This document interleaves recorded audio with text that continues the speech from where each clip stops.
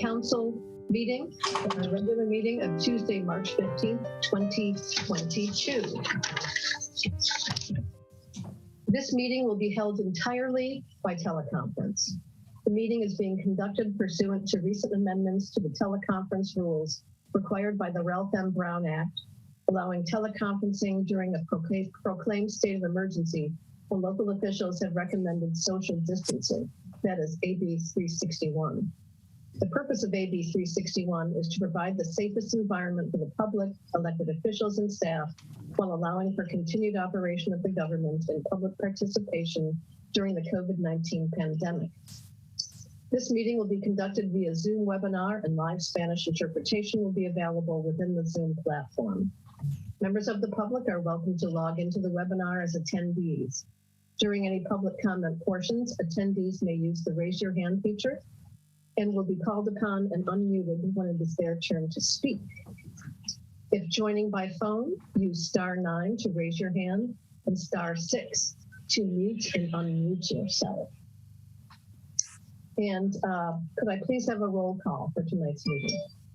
Councilmember Brownstone? Here.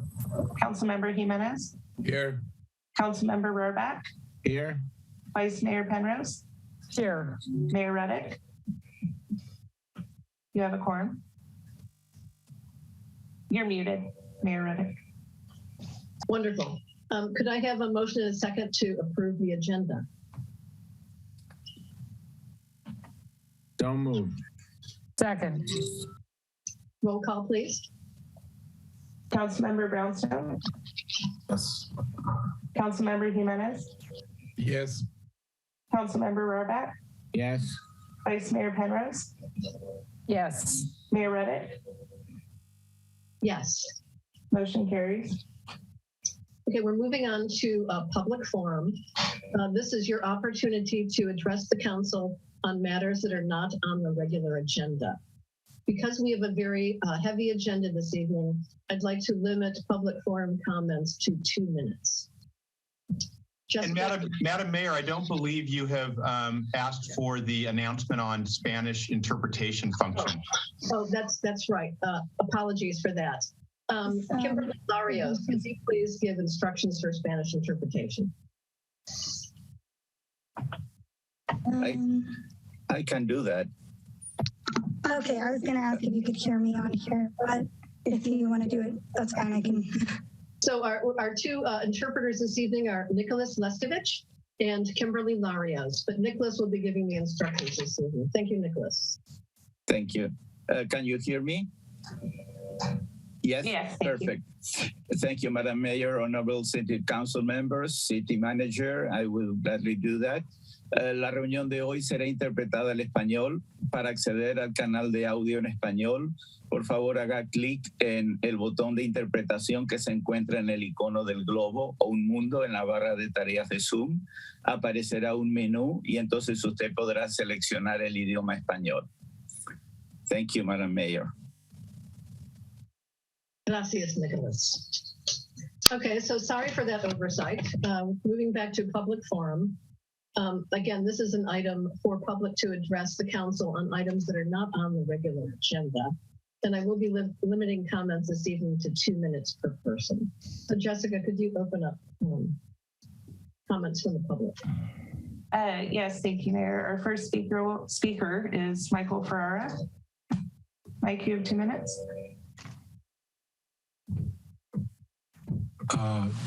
Thank you, Mayor and council members. I just have something relatively simple, and it has to do with the RHNA, the Regional Housing Needs Assessment. I went to ABAG and looked up the allocations for all the cities, just was curious about that. Noticed that Half Moon Bay's allocation for 2023 to 2030 was 480 units. 480 units over an 8-year period would obviously be 60 units per year.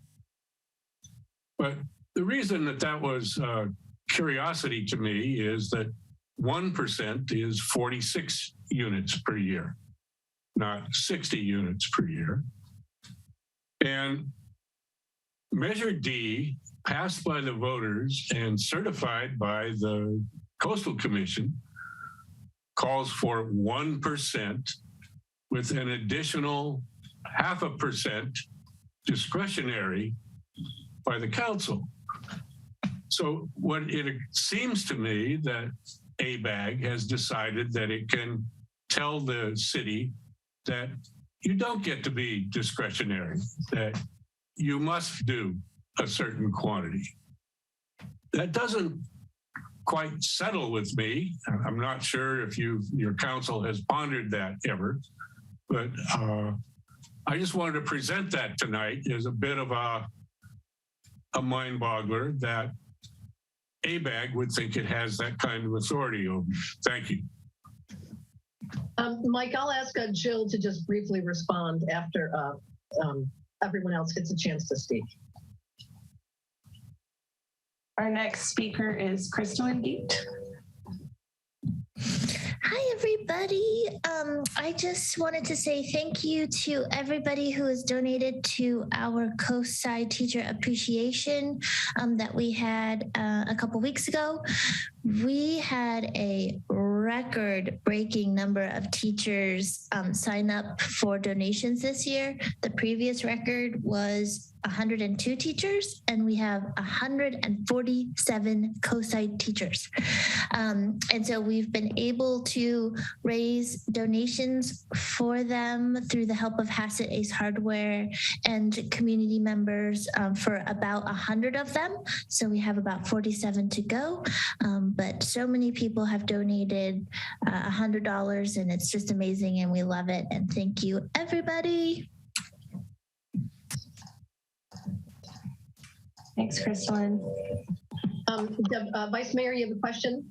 Yes, I wonder if Crystalline could put the link for the Teacher Appreciation Donation Fund on the chat box.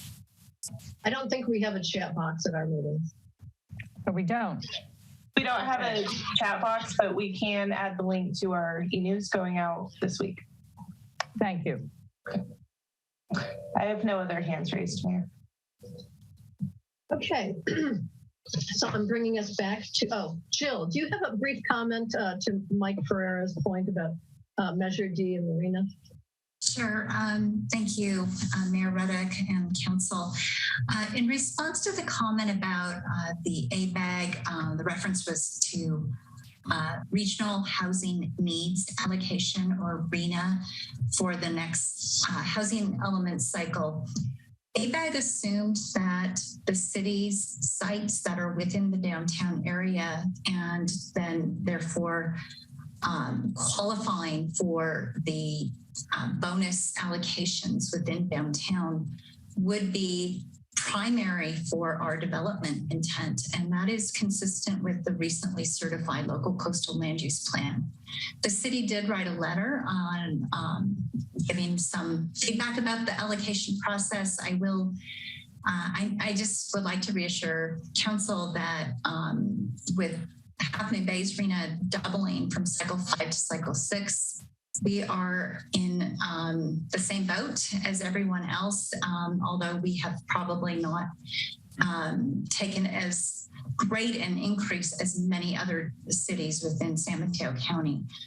It was definitely an amount of units took into consideration the coastal zone, as well as our land use plan and comments that we've given about some of our sensitive resource areas. So this was the most appropriate outcome we could have imagined, considering how really extraordinary the process was this year. Thank you, Jill. The next item is under proclamations and presentations is the Mid-Coast Community Council update. Do we have Claire here or someone else? Yeah, Claire's here. Claire Toutant. Good evening. I'll mention 3 things tonight. One is we are trying to open a dialogue with the airport management. One of the things that we're probably going to be asking for, which we think is pretty much low-hanging fruit, is to allow the option of non-leaded fuel at the airport. Apparently, the San Carlos airport over the hill does have non-leaded fuel, but there is no option for that in Half Moon Bay. And we think that that would be something that they could add pretty quickly. So we'll be following up on that and more detailed things with the airport. There is a new hire with the county as in the role of wildfire coordinator. His name is Brian Kelly, and he will be getting started within the next week or so, pulling together all the different efforts that the county is making toward controlling and preventing wildfires. And the last thing that I'll mention tonight is that the MCC will be sponsoring a candidates forum for candidates for the Board of Supervisors. It'll be held on May 4th, which is the week before early voting starts. So it'll be an opportunity for people to make their final decisions.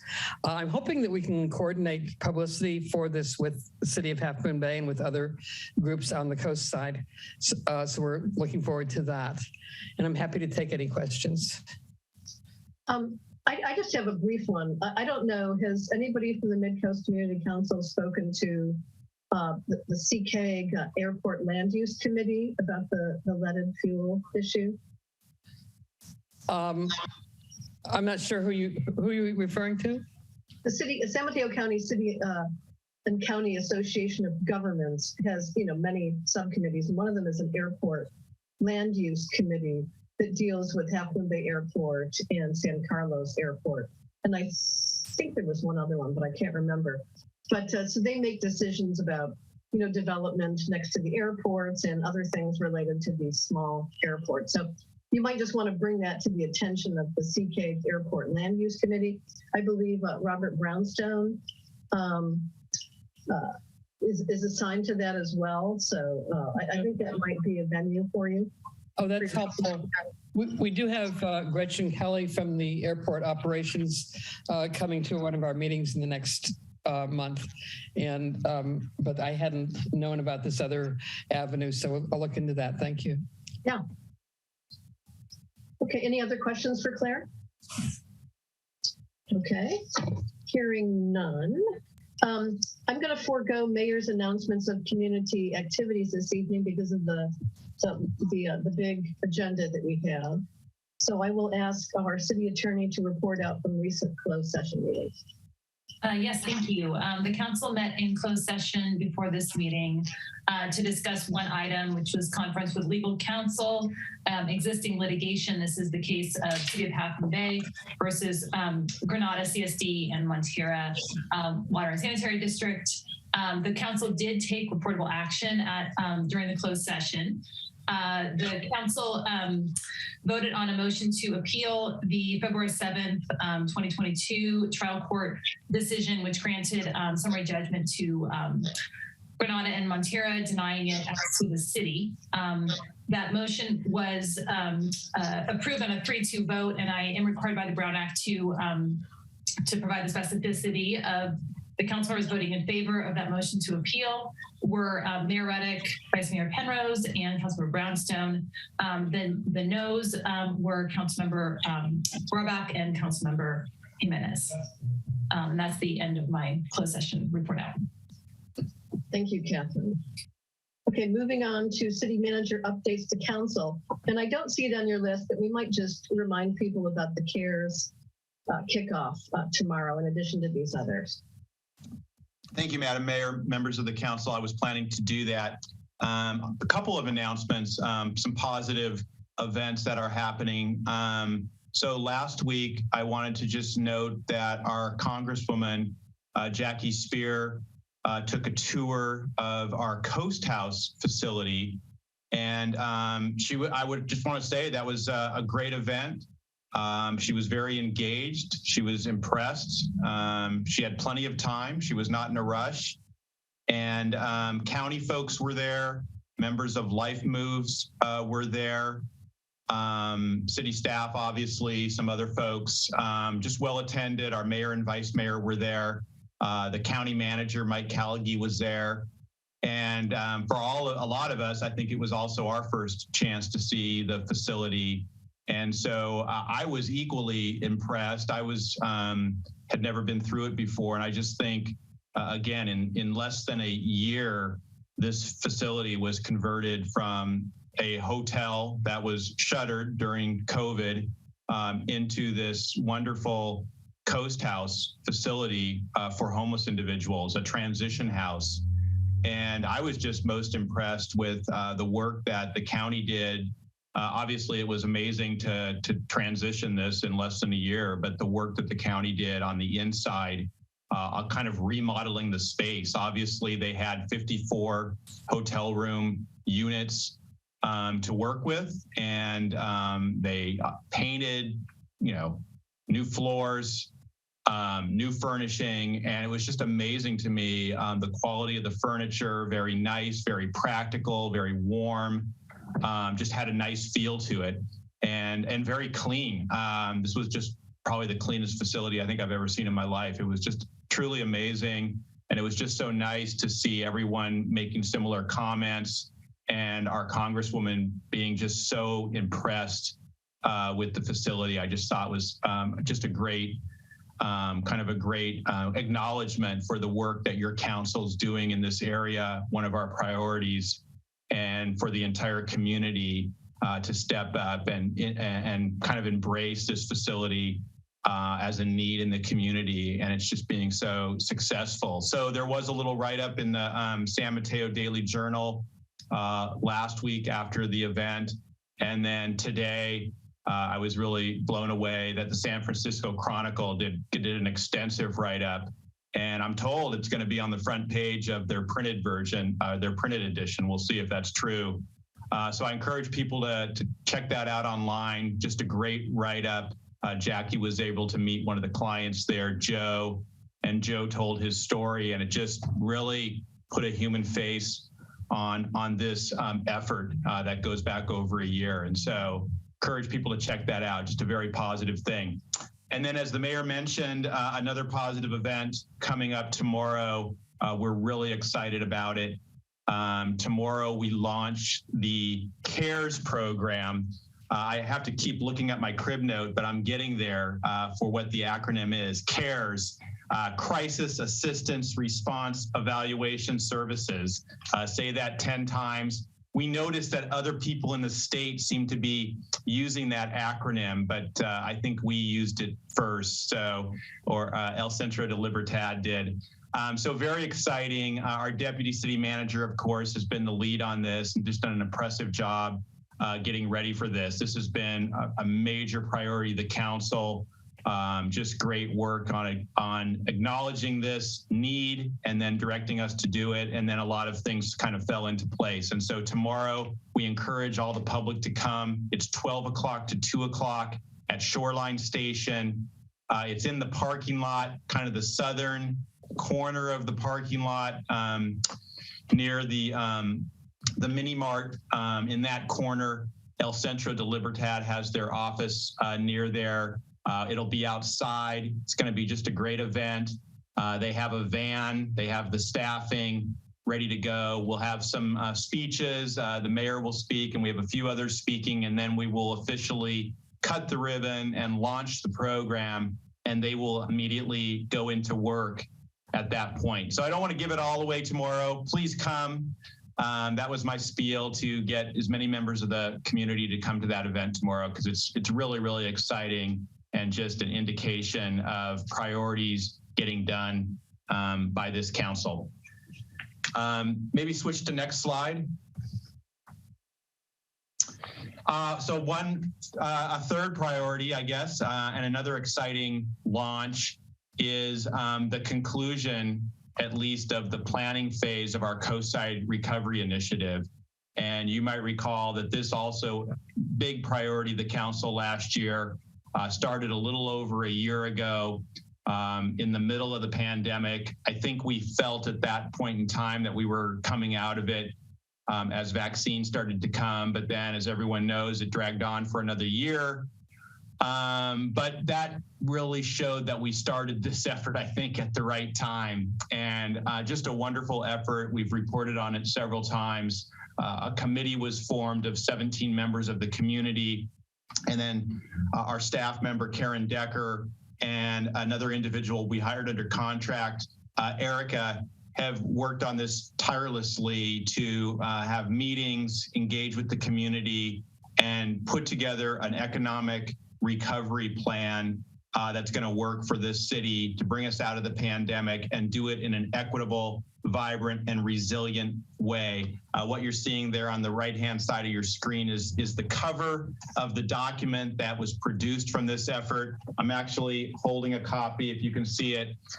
Just a beautiful document. I'm just so impressed with the work that Erica and Karen did and the whole committee. It feels good in your hands. It's all color.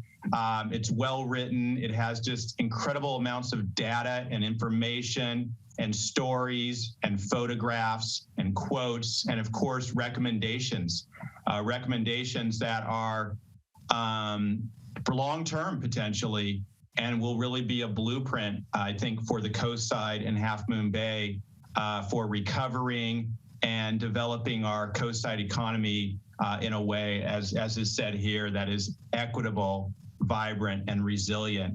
So this is an announcement that the document is officially done. It's on the website. The public can find it now. Copies have been provided to the council. You all received a hard copy, and we will have the first kind of presentation on the document at our March 22nd council priority setting workshop. Again, that's the Council Priority Setting Workshop, March 22nd, 12 to 3. We encourage the public to come to that event as well. I've been touching on priorities of the council in my presentation thus far tonight.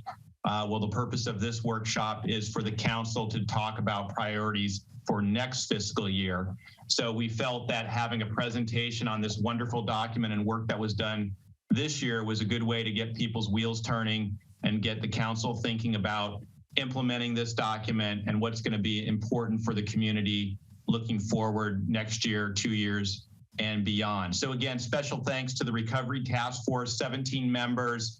Their names are all and their affiliations are all included in the document, so you can check that out. Some of them may be watching tonight, and we encourage people to attend that. I think it'll be very exciting as well. And with that, Madam Mayor and members of council, we have 2 more CM updates. I'm going to turn it over now to Todd Seeley, our Public Works Superintendent, and he's going to give a short update on work we're doing on our corporation yard. Todd. All right. Thank you, Bob. Good evening, Mayor Ruddick and rest of the council. Thank you for having me here this evening. It's a pleasure to be here. I'm going to do just a real brief walkthrough of kind of where we're at with the Corp Yard and the progress we've made up to this point. So with that, can I get the next slide, please? A little bit of background and history about the property. Currently, the Public Works Maintenance Section operates out of a piece of property that was recently acquired by the city. It's located at the end of Stone Pine Road, down the street from the post office. We run all of our maintenance operations out of there 5 days a week, and weekends, especially like during Pumpkin Fest and stuff like that, we're essentially here 24 hours a day. There have been security issues in the past, and large amounts of expensive property are currently stored here to include the majority of the city's fleet, building materials, and our emergency response supplies. With the acquisition of the property, it gives the city an option to better secure their property and make necessary environmental upgrades while still leaving a large portion of the 20+ acre property for future uses. I believe the property is about 22 acres, give or take, in total. And I think we've carved out a little short of 5 acres total for our proposed courtyard facility. The city has done an extensive and thorough biological and environmental assessment of the property. The ISM&D was released in January, closed in February, and the property was acquired through a loan issued by iBank, which is the California Infrastructure and Economic Development Bank.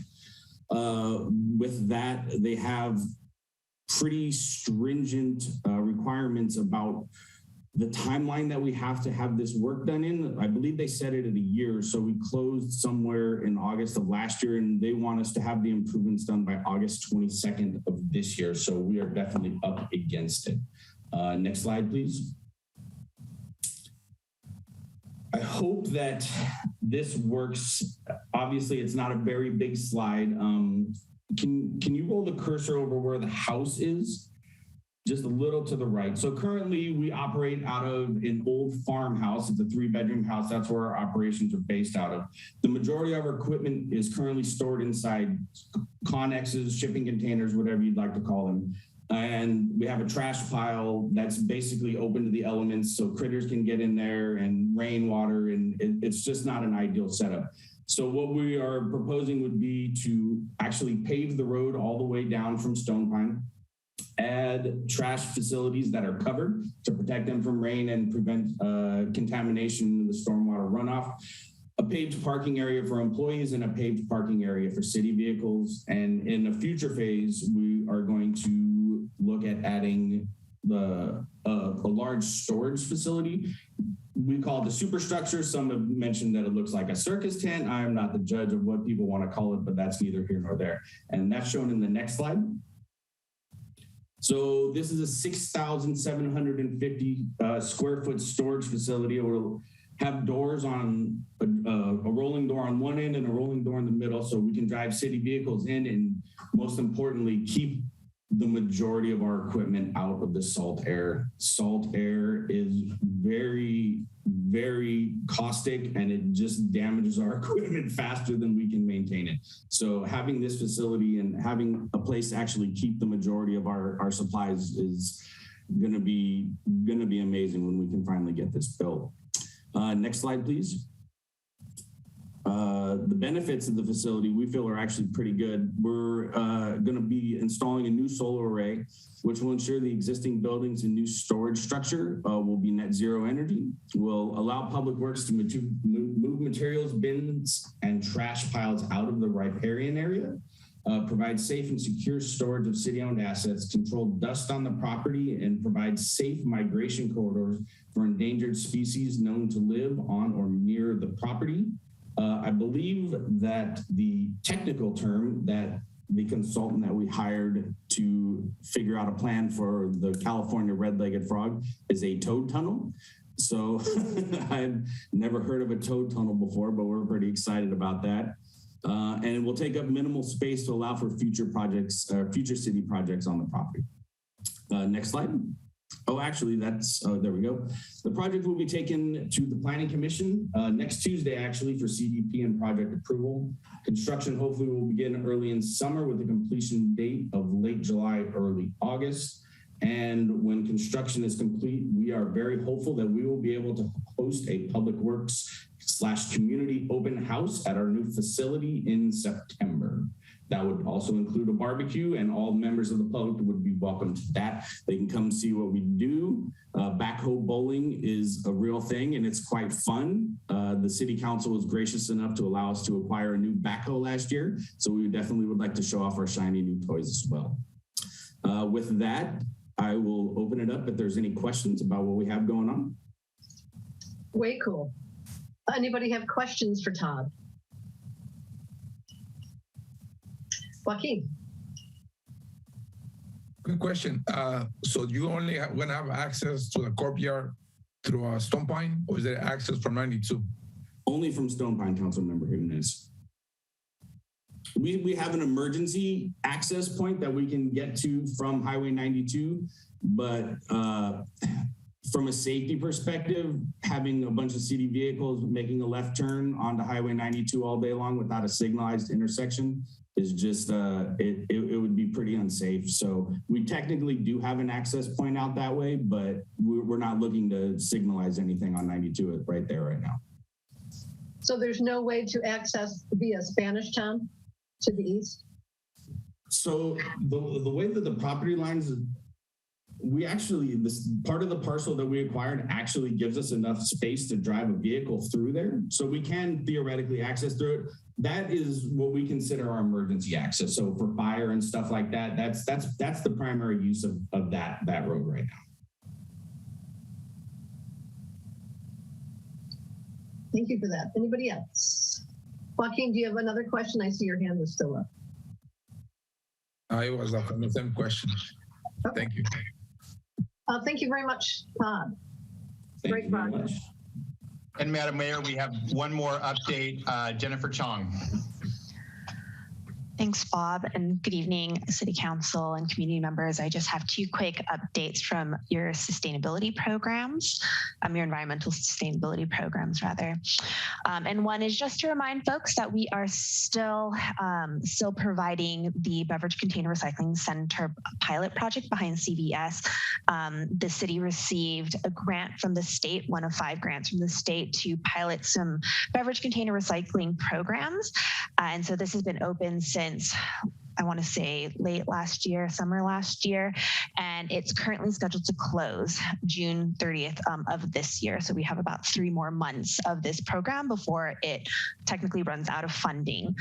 We are in conversations with the state to try to get some additional funding to extend this program, potentially relocate it. But as of today, this program is scheduled to sunset at the end of June. And so I just wanted to come remind everyone that that service is still there, a way for you to get back that 5-cent, 10-cent deposit every time that you buy a bottle from the store, and that we're really encouraging you to use it because obviously the metrics that come out of this program help us to justify additional funding.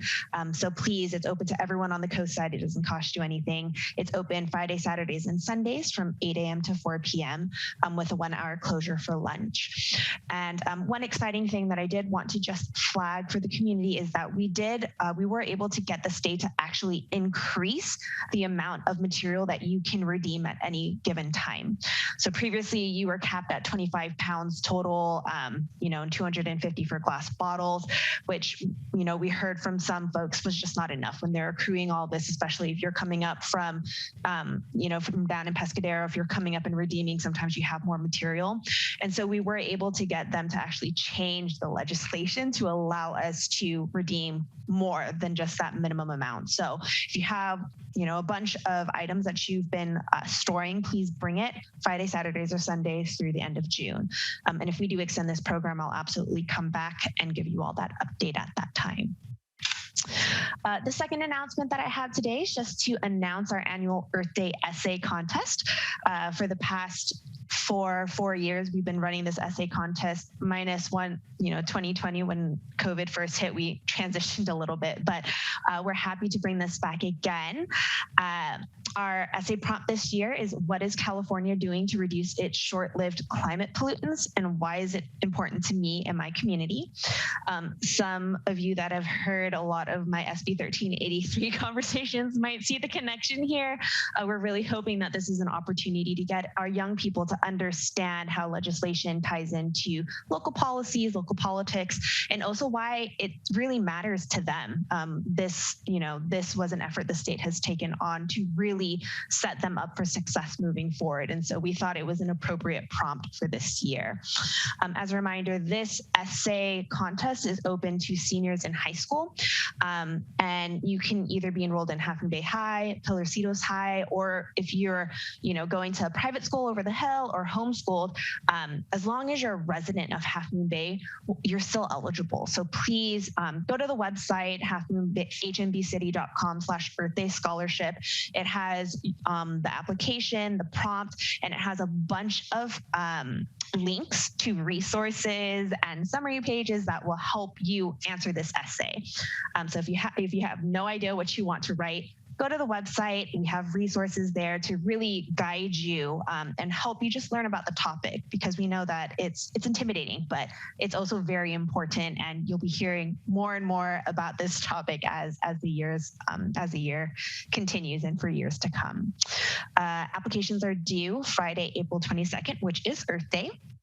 And something new and exciting that we're doing this year is actually partnering with Half Moon Bay High School scholarship program as well.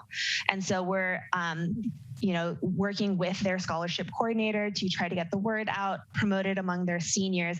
And if the person that we happen to select as our winner this year is enrolled in their local scholarship program, we'll also be able to acknowledge them at their local scholarship night in May. So that's a new partnership that we formed. We're really excited about it. Thank you so much, Ms. Lomelli, for being open to giving this a shot. And yeah, please just visit the website. If you have kids, go ahead and send them our way, seniors, or email us if you have any questions. And that's all I have. Thank you, Jennifer. I don't know if you've gotten the word yet, but the city has been invited to the annual Wildflower Day at Francis State Beach. And we're allowed to have a table, with a canopy. And we can talk about our sustainability program or, whatever else we want to. But it's Sunday, April 24th, so it might dovetail with the things you're reporting on here this evening. Great, I'll put it on my calendar. Thank you, Mayor. Mm-hmm.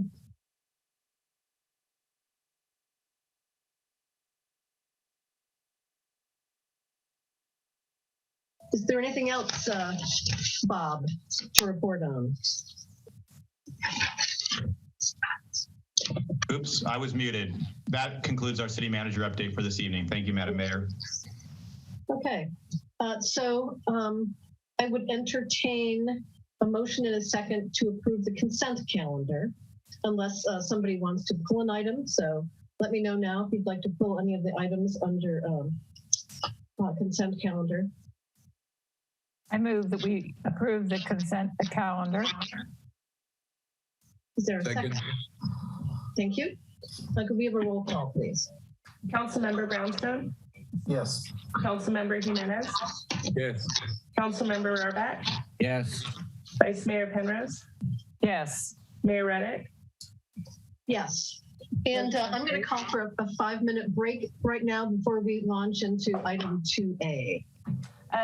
Mayor Reddick, item 2A has a set start time of 8:15 p.m. Okay. City Manager Nisbet, I believe, had an idea. Yeah, I was thinking about this for the last 5 minutes, where we're actually ahead of schedule. That happens occasionally.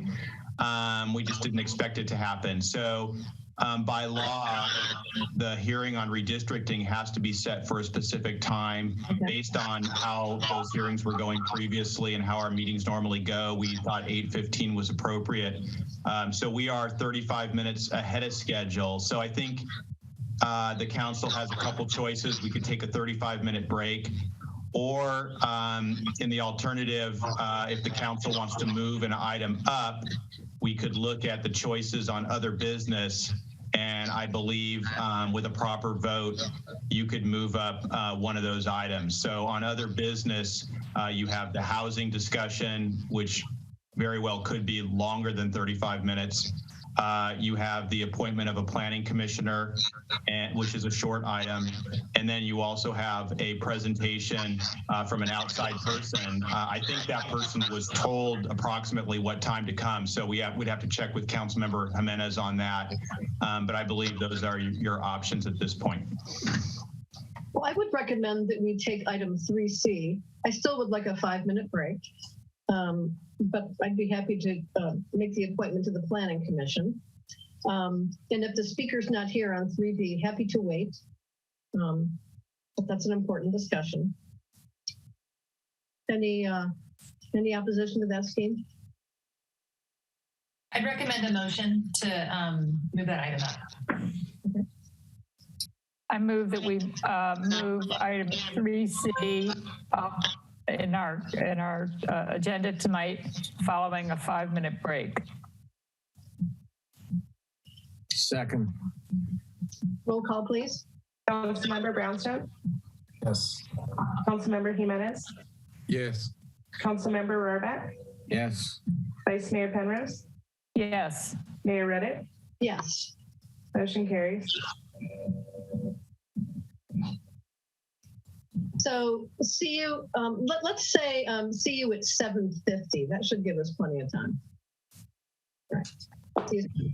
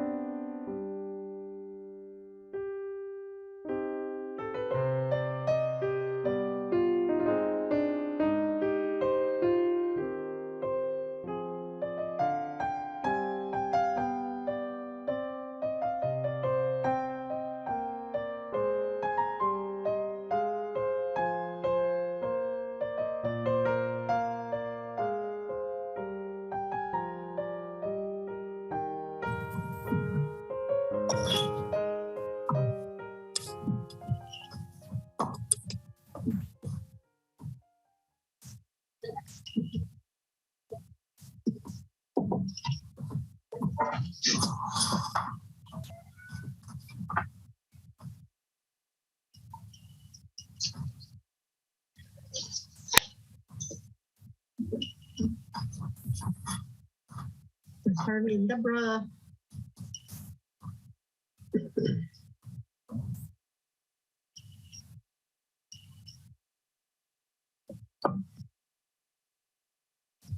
Okay, it is 7:50. Still waiting on Joaquin. There he comes. There's Joaquin. Okay. So the next item we're hearing this evening is item 3C, appointment to the Planning Commission. Councilmember Brownstone. Great. Well, I'm delighted to recommend the appointment of Margaret Gossett to the Planning Commission.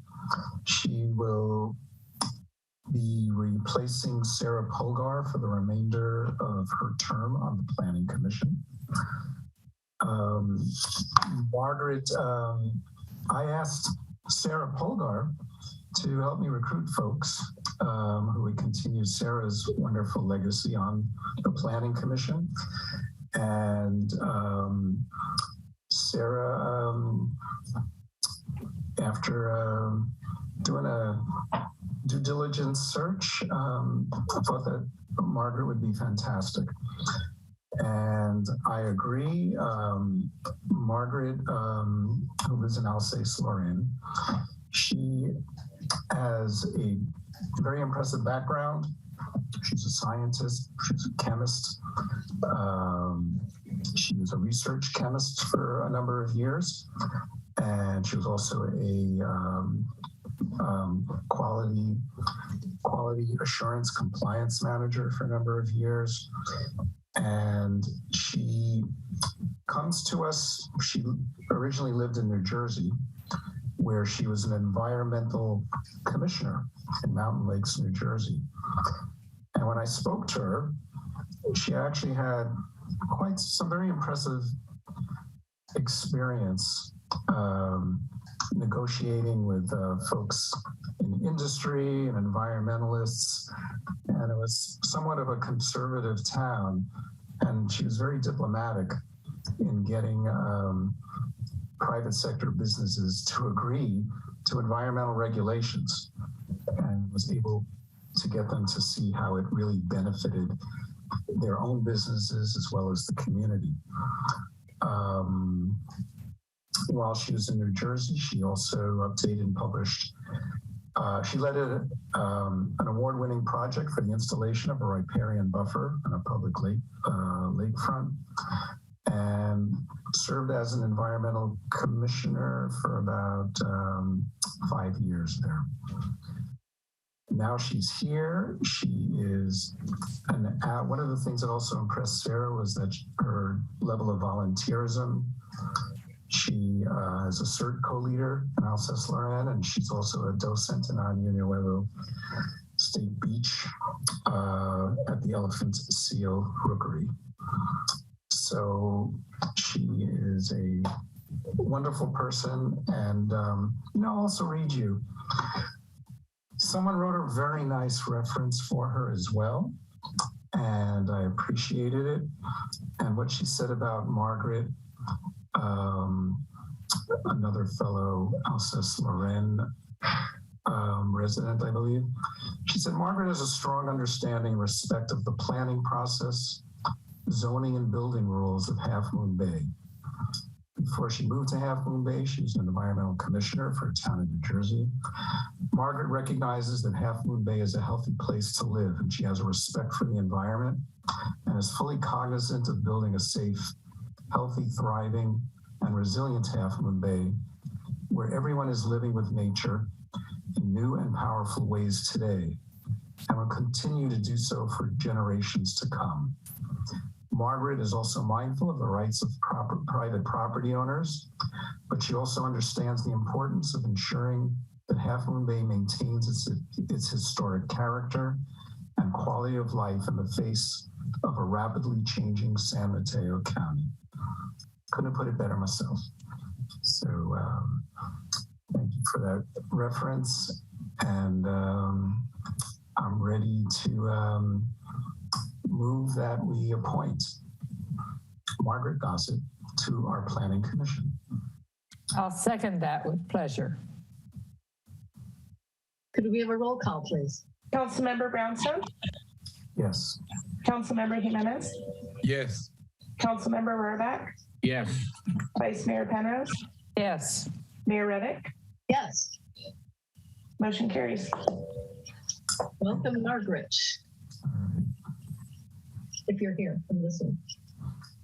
I told her this wouldn't be on the agenda till very late, so she's actually, I told her, don't worry about it, you can watch the tape, so she's not here yet. So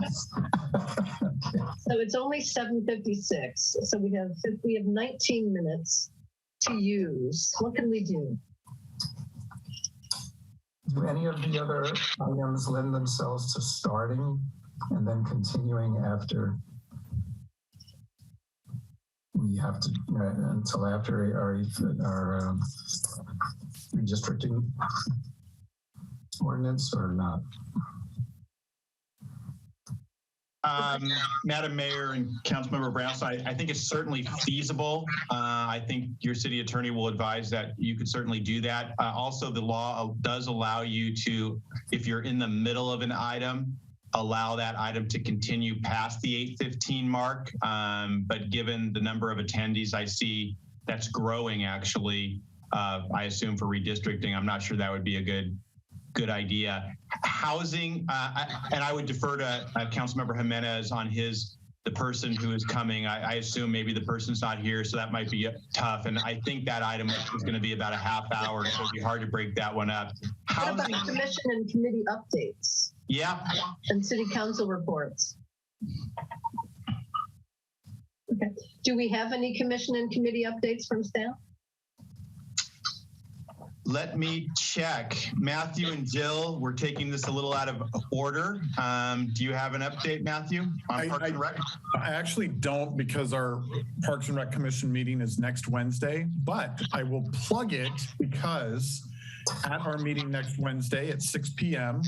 Virtually, we have a couple of really great items. One is we'll have a board member from the Johnston House Foundation that is going to come and talk about the history and the background of the Johnston House and start some discussions with the commission this year about the future of the Johnston House and how it's used and how the public accesses it. So if you're interested in that, please come and attend. Following that, we'll have a workshop on the Smithfield Master Plan. Our architectural consultants who have been doing the master planning process will be there. They presented to the commission at the last meeting just to talk about some of the constraints and the feedback we've gotten from the public. This will be much more of a working session. We really would love a lot of public feedback and comment. As we plan the future of this park, we have a donor that wants to support some improvements, and this is a chance to talk about what this park can look like now, 5, 10, 15, 20 years into the future. So that's 6 p.m. next Wednesday, virtually, and hopefully we get a good attendance. It's going to be a great meeting. Thank you. Great, thank you, Matthew. And Jill, you did have a planning commission meeting recently. Any update? Sure. This was going to come up in your housing updates report, but we are pleased that the Planning Commission approved the mixed-use project at the corner of Main and Kelly. I'm sure that lots of folks in town have seen the story pole installation. Those will remain up for about another week until the local appeal period has concluded, and we can talk about that a little bit. The housing discussion if you'd like. That said, it does include about 1,900 square feet of commercial space on the ground floor, fronting on Main Street and Kelly Avenue. And then there are 6 residential units. 2 of them are fully adaptable to the ADA, and the other 4 are at least visitable. At our next Planning Commission meeting, you've already heard from your Public Works Superintendent that the Planning Commission will be taking up the Corporation Yard project. And then on April 12th, the Planning Commission will be considering the Measure D rankings that staff is completing right now. Cool, thank you. Do council members have city council reports out of meetings that they've attended in the last couple of weeks? I attended a very informative meeting with the mayor yesterday, I think it was, day before, with Crystalline Geit from the Chamber of Commerce, and got a tour of the renovations that are going on right now.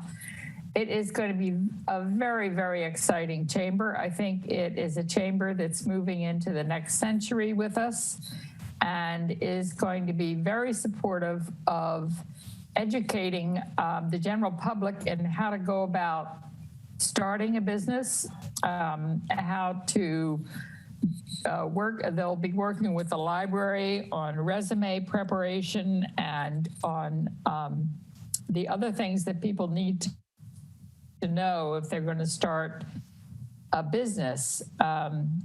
There's a conference room, there's a visitor center, which is going to be beefed up and quite exciting, and with lots of information for people who come into Half Moon Bay, want to know what's going on here. And also a center just for local business people to know what resources are here in terms of other businesses. So I was very impressed. I'm very impressed with the way Crystalline has taken the chamber forward and done such a great job over the last couple of years. Anybody else? Harvey? Okay, so Deborah and I, attend a couple of sewer authority meetings per month. So at our next meeting, we're going to hear a consultant update on the costs to move the electrical system that supports SAM. We have a problematic situation with it because it's on the westernmost side of the treatment plant, and it's underground.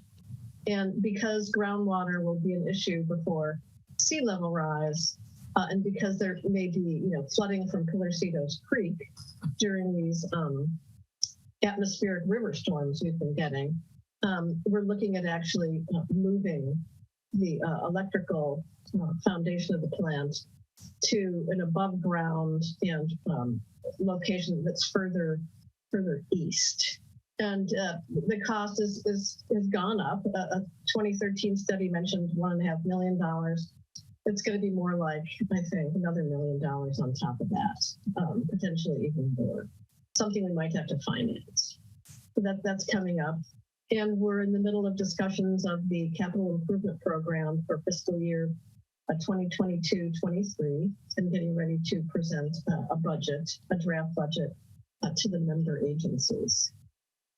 And that's my report for this evening. I don't have anything else. Anybody else? Okay, so it is only 8:03, so we have, several minutes more that we can use up to report on things.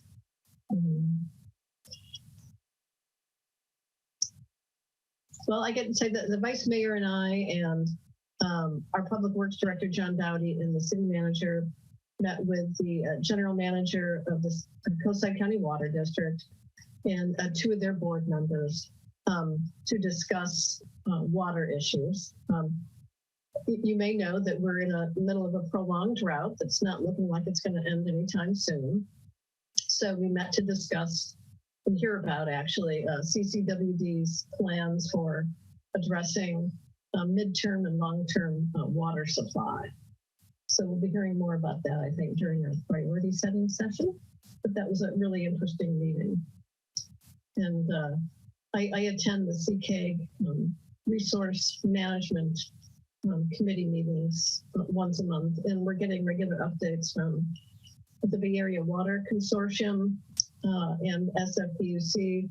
And the water situation is grave. I would actually describe it as grave. So I think some heavy duty restrictions are coming all around. But I'll hear more about that because the next meeting is tomorrow afternoon. So there's that.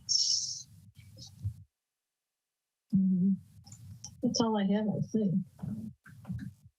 Mayor Reddick, also remind the public that we do have our setting workshop next Tuesday at noon. It will be on Zoom and the agenda will be going out later this week. But the council will be reviewing its 2-year priority work plan. And so any members of the public who would like to attend, that's next Tuesday at noon on Zoom. Yeah, so that's March 22nd. Yeah. And Jessica, can you remind us when the next Make It Main Street is going to be? I know that just came out today and I'd have to defer to Matthew. Make It Main Street, the first one of this season will be April 7th, starting at 3 p.m. downtown. So please come out and enjoy. And the hope is to have them the first Thursday of every month through November. So we'll see you out there.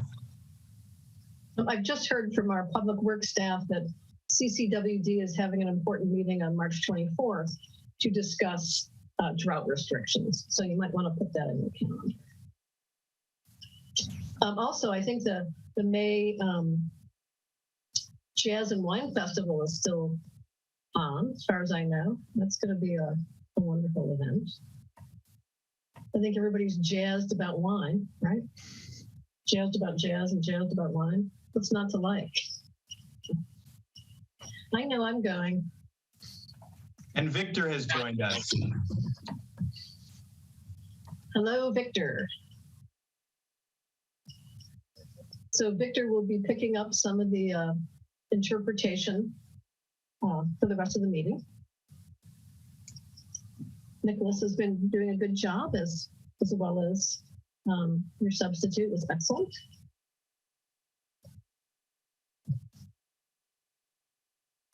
Okay, we have about 8 minutes. Come on down, everybody. One thing I'll mention, I'm going to get some information together because I think we want to put it in our community news.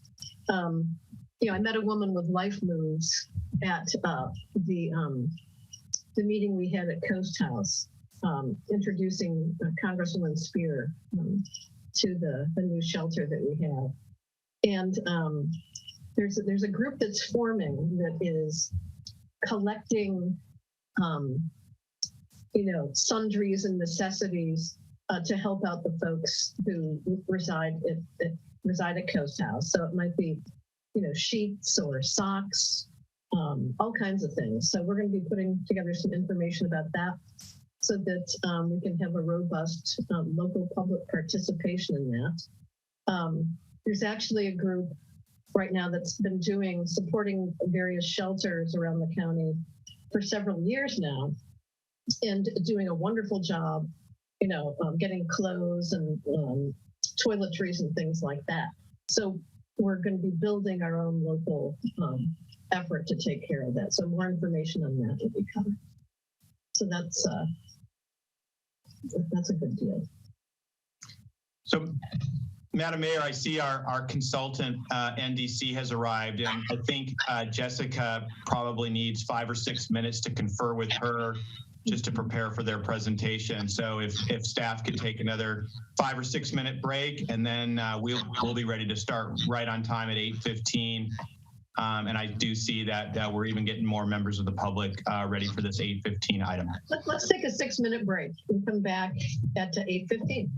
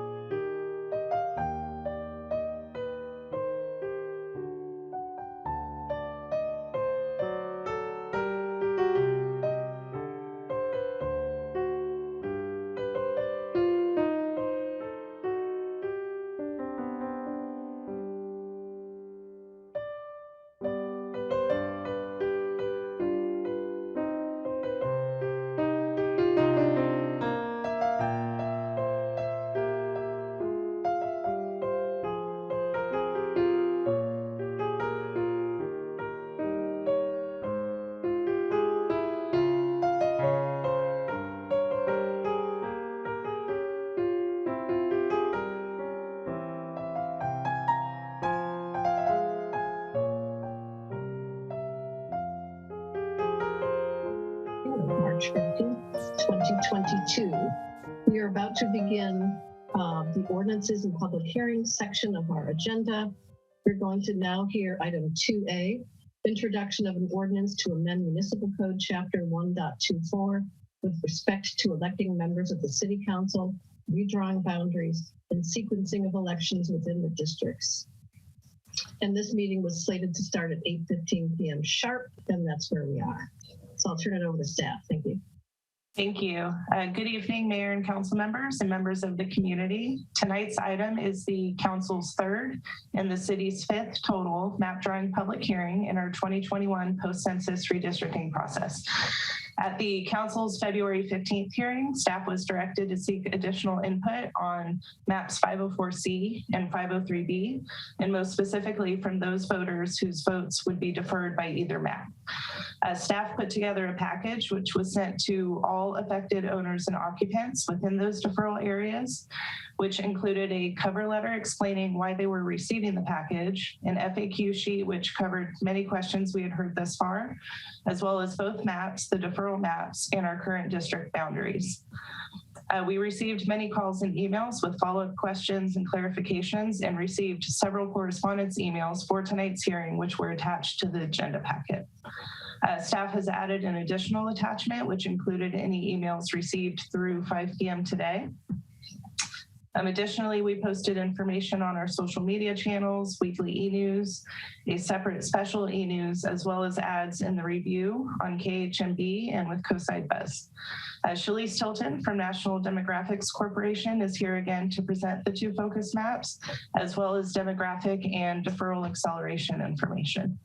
Staff's recommendation is to conduct a public hearing and receive additional public input, then select either map 504C or 503B, introduce on first reading the ordinance corresponding to that map, or direct staff as necessary. As a reminder, the state's deadline for adoption of an ordinance is April 17th. Second readings must occur at a regular meeting, so would need to occur at our April 5th meeting. Shalise and I are both available for any questions following her presentation. Shalise? I'm going to go ahead and share my screen. Now, is everyone seeing the PowerPoint? Yes, thank you. Okay.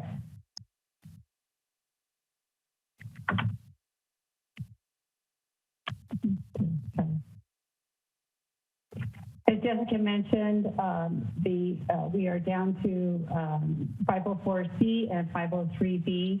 The reason why they're listed in that order is that is the order that the committee had recommended in order of preference. And just for comparison purposes, both of the maps, their statistics are fairly comparable as far as population deviations, very close. The maximum Latino citizen voting age population districts also very close within percentage, and the maximum of non-white citizen voting age population is also comparable. When we talk about population deferred, those would be voters who are anticipating voting in the 2022 election, but depending on how the map is drawn, they would be deferred to a 2024 election, meaning that it would have been 6 years since they last were able to vote for a member of the city council. All other items on the ballot they're able to vote for, obviously. So we're showing the population deferred, that's total population for each of the maps in comparison, the total voters deferred, and then accelerated would be those voters who were not planning on voting in 2022, but and were assigned to a 2024, but the new map would have them under 2022. So there are some population acceleration. Yeah, neither of these options have pairings of council members, meaning there are no council members that would be facing head-to-head contests in upcoming elections with either of these maps. I do have available for the council the interactive review map that we can zoom in very closely and see street names. For those who want to know exactly where those lines are, we can jump over to that map as well. Also on the website is the map, each of these maps in a printable PDF. The website is drawhmb.org, as well as the full demographics listing all of the statistics for each of the maps. This map is a 504C showing you the detail of the main kind of the downtown area where all the districts come together. On the right-hand side is the full map, and then just a snapshot of what you just saw on the previous slide. I also have this slide available that is highlighted in red are those voters who would be deferred, meaning presently they're in a 2022 district and they would be moved to a 2024 district. Also, this map shows in the red dotted line shows the existing district. So I know it's a very busy map, but it shows the existing districts, and that's what's outlined in the red dotted line. Same information for 503B.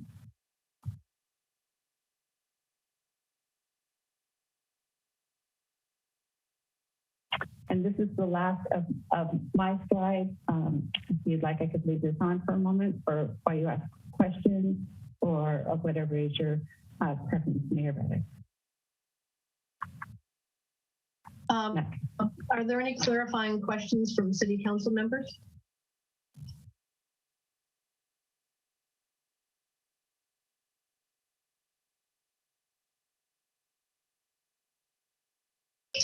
I do not see any.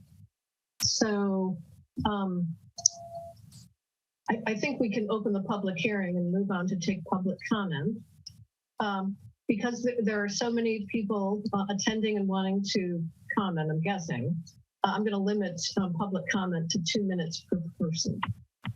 And we want to make that a hard and fast rule because there's at least 51 attendees, and we may have that many wanting to comment. So, and if your comments duplicate what the person in front of you said, you might shorten it, just say, I'm in alignment with the person who just spoke or something like that. Just save everybody time, if you can do that, but we're not requiring it.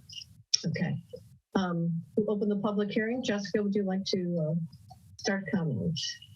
Yes, thank you. Our first speaker is Seth Spalding. Seth, you have 2 minutes.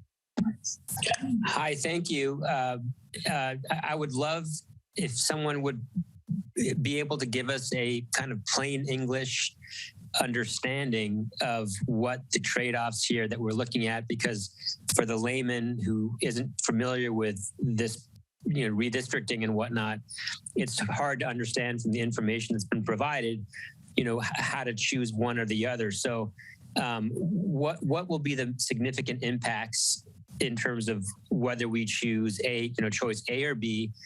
And also the other question I have is this redistricting proposal being put forth by any groups that we should be aware of that might have a vested interest in the outcome? So those are my 2 questions. Thank you. Thank you, Seth. Next speaker is Hazel Jones.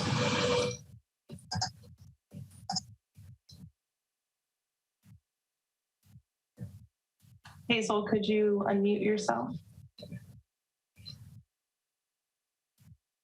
Hi, this is Hazel. I wanted to support the proposal for the 5. And I'm actually in LA right now. I'm so sorry. I don't have any of the paperwork in front of me. But the proposal that actually is contiguous to my area, which is in the Alsace-Lorraine area. And it's the 503B, I think. So I am in support of that. Thank you very much. Thank you. Next speaker is Paul Gator. Paul, you have 2 minutes.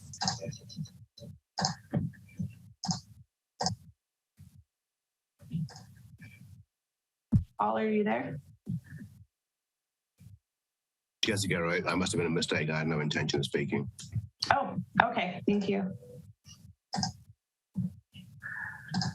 Phil Marshall, you have 2 minutes. Hi there. Thank you. Good evening all. I'll try and keep this short. I was a member of the Redistricting Advisory Committee, the group that provided these this recommendation of 2 maps. Just wanted to say that throughout the process, I was very impressed by the diligence and care of both the committee members and the NDC consultants. This was a group of people who was really dedicated to this work, and I think everyone did a very good job. We already submitted our final report, which is attached to the agenda packet on February the 15th. So as well as recommending that to you all, if you haven't read it, I think tonight's staff report is definitely worth reading as a thorough and comprehensive look at the various issues at hand. I wanted to thank staff for putting that together. And in particular, I appreciate the highlighting that they provided about the community of interest. I think this is the issue that the choice of maps hinges on. So a community of interest is a population that shares common social or economic interests that should be included within a single district for purposes of its effective and fair representation. So in the committee, we followed the guidance given quite carefully, and we focused first and foremost on defining communities of interest, and then we worked to make sure their representation would be as effective and fair as possible. We didn't consider voter deferral in our map drawing. That was not a pretext for our recommendation.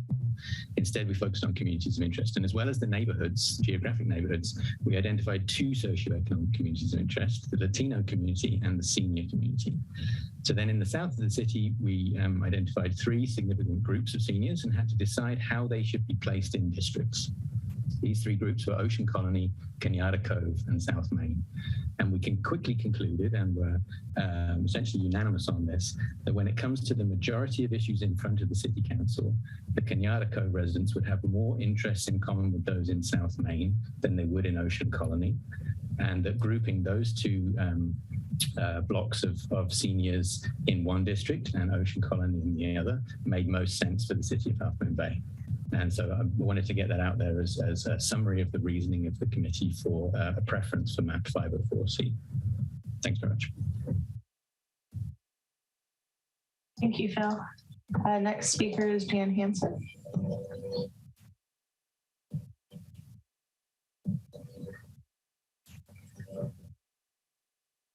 Hi. It came up sooner than I was expecting. Yes, thank you. You've heard from me a lot before, so I'll try to just summarize it kind of in closing as we come to the end of this process. I live in Kenyatta Cove. I'm speaking solely for myself. I sent in 2 sets of kind of detailed comments this week, one on March 11, one on March 7, and March 11. One was just reminding people what really Kenyatta Cove is like, and reminding people that there's already been a lot of public input from Kenyatta Cove residents already.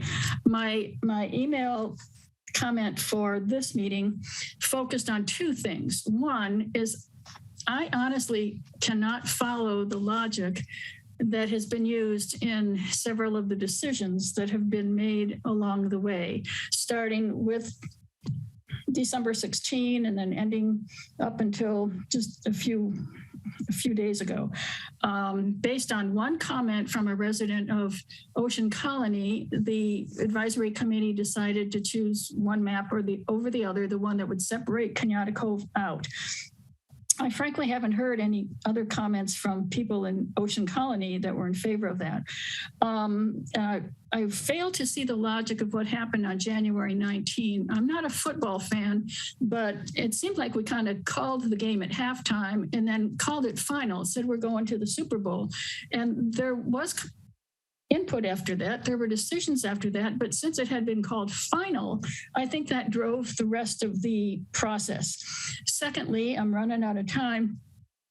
There has been a lot of public input that has come in, much of it from Kenyatta Cove, which I don't think has had any input on the decisions. Previously, there were 32 written, and there are 3 comments supporting 504C, 28 comments supporting 503B. I don't see the logic of ignoring that. Please don't ignore it. My time is up. Thank you. Thank you, Jan. The next speaker is Paula Eisen. All right, good evening. Thank you, Jan, because what you just said actually is exactly what I'm still going on about, which is ignoring the public input, and I don't get it. And I really think the city has to come up with what is statistically significant when it comes to surveys and what they're going to take into consideration and what they're arbitrarily not going to take into consideration. I need that even as a commissioner on Parks and Recreation. Smithfield, we have like about 300 responses, again, of what people want to see at Smithfield. Do we not take that into consideration? Because either we don't like what what people are saying, or to me, responsible, I'm absolutely going to be looking at taking that seriously into consideration, not just dismissing it. So I again ask the city, ask the council, get with what it is you consider statistically relevant, because it can't be arbitrarily decided. This I like, this I didn't like. I'm going to dismiss it. Gotta be real, gotta be honest, gotta be above board, and let's talk about what is statistically relevant when we spend thousands of dollars to put a survey out. And if it's not good enough, then we have to find a way to get more input. Thank you. Thank you, Paulette. Our next speaker is Kristen Judkins.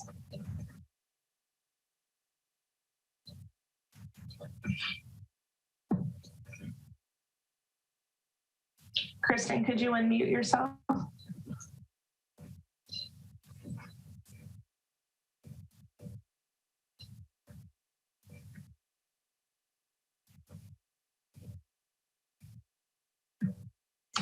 Okay. Next speaker is David Oblovi.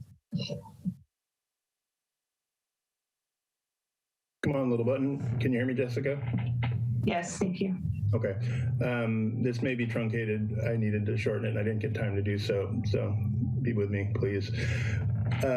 If you take a careful look at the 38 emails and letters that were in the packet as received by the city since January 19th that pertain to the subject, you will see that there are comments from a total of 23 residences speaking against MAP 504C, nearly all of them in Kenyatta Cove.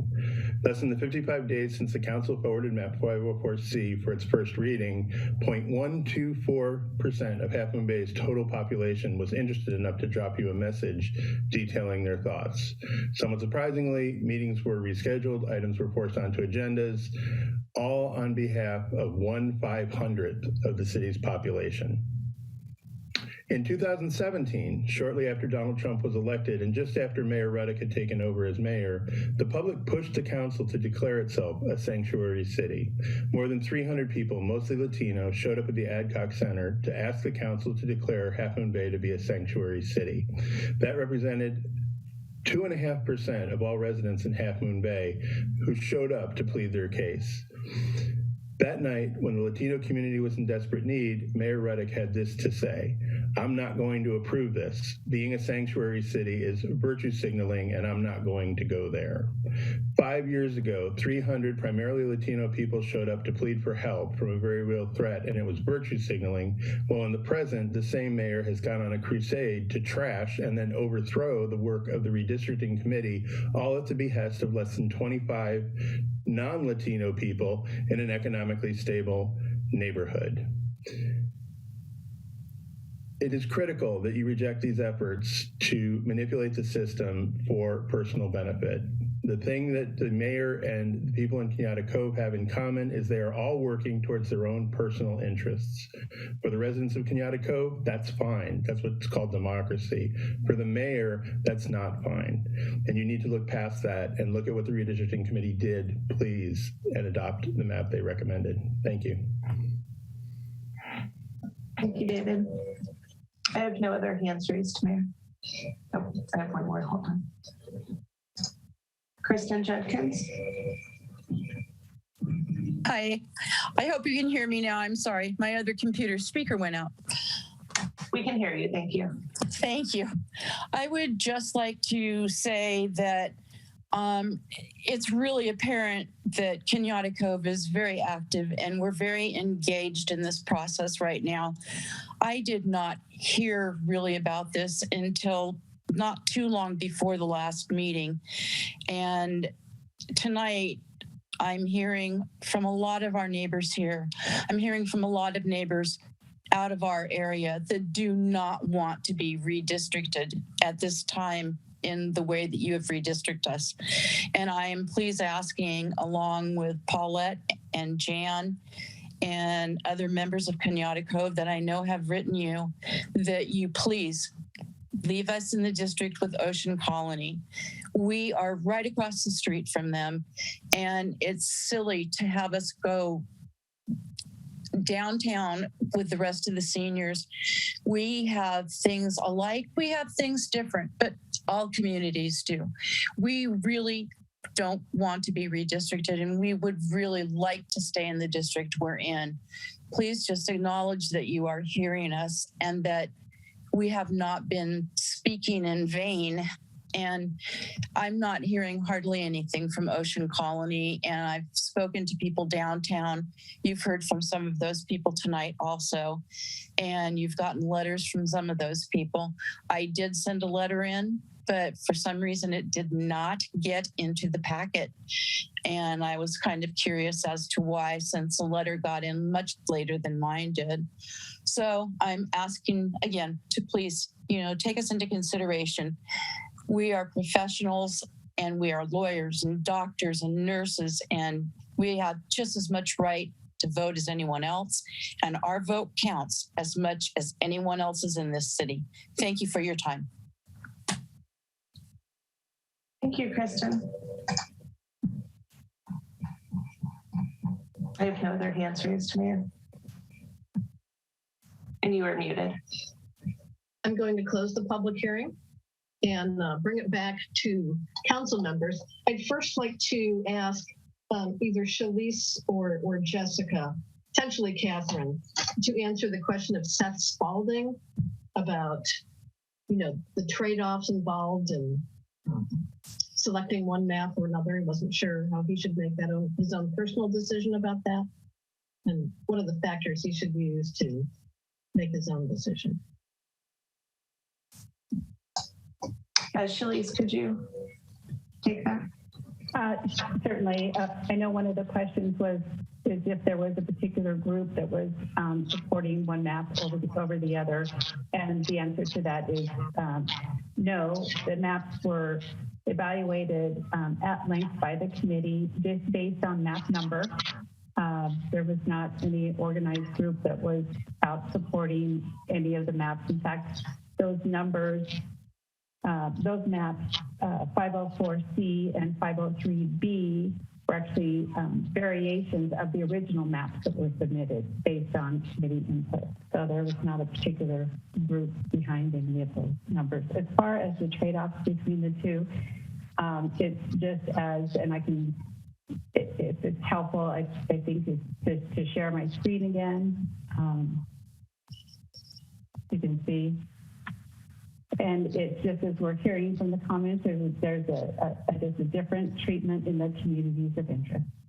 So you can see big difference with Kenyatta Cove being in District 4 as opposed to being in District 3. So it will be just a matter of the council's decision on where to best align these communities. Same with District 5. District 5 crosses, stays in map 503B, stays to the east of Highway 1, and in District, in 504C, it spreads out across Highway 1. So those are some of the major differences, but just different ways to align the communities. There's not per se statistically, as far as meeting the Fair Map Act criteria, they're fairly equal. I hope that answers your question. Thank you, Shalise.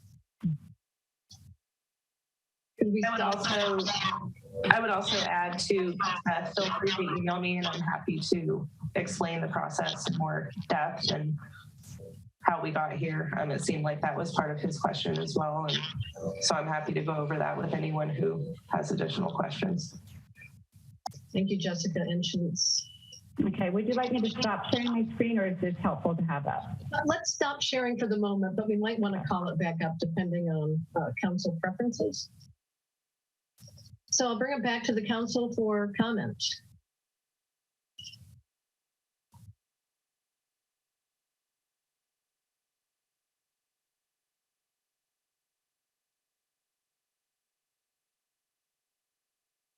Councilmember Rarback. Thank you. I am personally indebted to the hard work of the redistricting committee. We appointed them anonymously.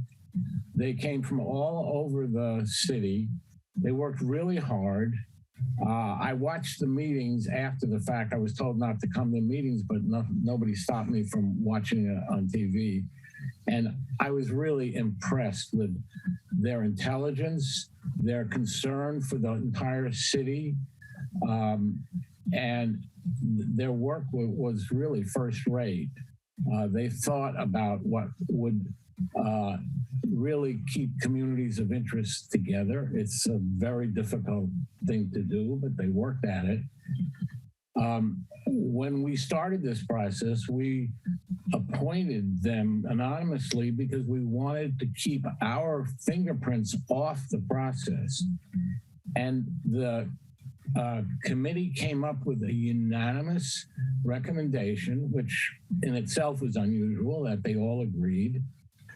And they came up with a final report, which is in the previous meeting's agenda packet, and you really ought to read it.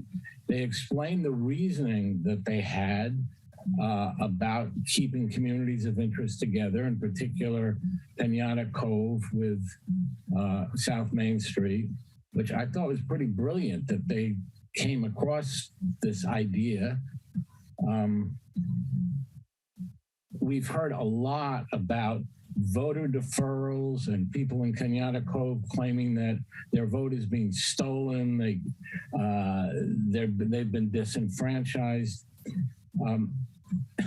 That is an inevitable consequence of redistricting. There will be people who are have their votes deferred by a couple of years, as well as many who have their votes accelerated.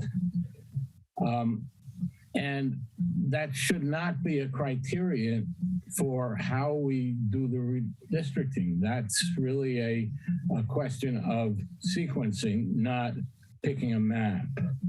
So I think we should respect the redistricting recommendations, and it was unanimous, and go with what they claim is best for the city. And I agree that they do believe what was best for the city. So that's why I'm advocating that we use map 504C for the redistricting of the electorate.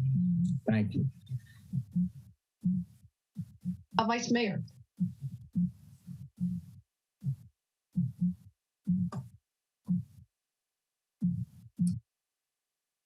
You're muted, Vice Mayor Penrose. Thank you. Sorry.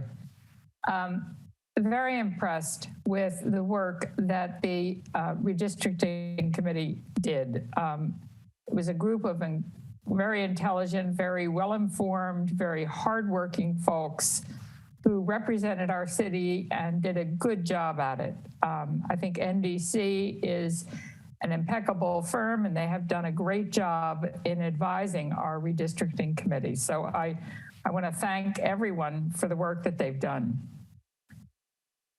I do, however, feel that they went off the deep end. Maybe that's the way to put it. In looking for community of interest, to me, there is a lot to be said about neighborhoods. And the senior center is not a neighborhood along with, in the same neighborhood as Kenyatta Cove. It's just not. Kenyatta Cove is in the same neighborhood as Ocean Colony. When they talk about community of interest, they're talking about age being the factor that they used to determine that it was a community of interest. So lumping everybody who's over 55 in one district is a good idea. I don't necessarily think so. In addition to that, the community of interest, you could talk about home ownership. The people in Ocean Colony own their own homes. The people in Kenyatta Cove own their own homes. They have a lot in common there. Making a map which is so awkward looking as 504C is to me stretching a point, the point of supposed community of interest beyond the point that's reasonable. I think it looks bad. I think it's going to feel bad. I also don't like the idea that Highway 1 has not been considered as a dividing point between communities of interest when you talk about 504C. So, the deferrals and the accelerations, it seems to me the most reasonable approach, if we're forced to redistrict, which none of us wanted to do, but we are being forced to do, then you do it with the least harm in mind. So you have the fewest deferrals, the fewest accelerations that you can get away with. Now, I'm not sure why the redistricting committee wasn't considering that, but they should have been. It's taking away people's rights to vote. It's telling people they have to vote 2 years in a row, 4 years, 2 years out of 4 years in a row. If you look at the two maps, there's a distinct difference between 503B and 504C. 504C has 1,300 and some deferrals. 503B has 800 and some. That's a lot of deferrals, but it's many more with 504C. So there were 5 criteria that they used to evaluate how to make a district map. One of them was contiguity. Now, contiguous means you just have to touch each other, but it's not compactness. And that was another of the 5 priorities set by the commission. So on all counts, I think 503B makes more sense. I'm sorry that people are getting displaced. That's part of the process, that's true. But let's do as little harm as we can. I'm in favor of 503B. I also want to say that to the speaker who spoke out about the mayor and saying that the mayor had some personal agenda in this, I am furious about that. I know she has no personal agenda in mind on these maps. So I resent that. Thank you. Councilmember Jimenez. Thank you. Well, first, I want to say I'm in favor of 504C. You know, that's the map. It was recommended by the committee. One of the things that it was brought up about what was the recommendation? You know, what were we asking from the committee? You know, to find communities of interest. I mean, we can talk about all we want about, you know, the Highway 1 line, you know, connecting Kenyatta Cove to South Main. and there's, you might not see no connection to it, as a community of interest. It's the same thing that I find, South Main community of interest. What do they have in common with going across Highway 1 to Alsace Lorraine? So how are they connected? What we're talking about, owning your house, renting, retirement. So if you look into South Main, we have low-income housing in South Main. How is that connected to Alsace Lorraine? I don't see any connection. Maybe you do, I don't. Talking about, we received 38 emails, letters from Cañada Cove. What is the voting population of Cañada Cove? 500, 500, almost 600, a little bit less than 600, registered voters. So we look at the percentage of that, that's less than 10% of the people from Cañada Cove that actually commented on the 503 B map. Not interested in the 504C map. So, I don't know, like I said, I always said, I'm not good at math, but if you do the math, do the percentage, if maybe we heard maybe from 300 people from Cañada Cove, it will probably be a big difference, right? So of interest, just throwing something out there, we are looking into the annexation of Moonridge into Half Moon Bay. That's going to change the maps. So actually, I would like to request, to look into a map, what it would look like, when adding Moonridge, to the district. Would that be connected to Cañada Cove? Would that be connected to South Main? Would that be connected to Ocean Colony? Where would Moonridge be at? So I'm looking into the future. Half Moon Bay, we're going to be building, housing in Half Moon Bay. So our population arrangement is going to change.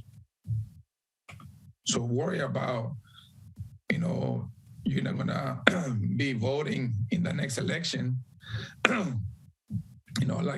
Excuse me, my throat is just, messing with me. I'm sorry.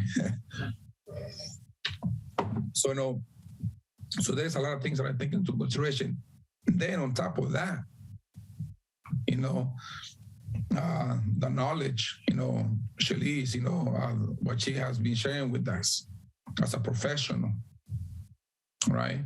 The committee, the redistricting committee, they're very smart people, very smart. I admire them, all of them.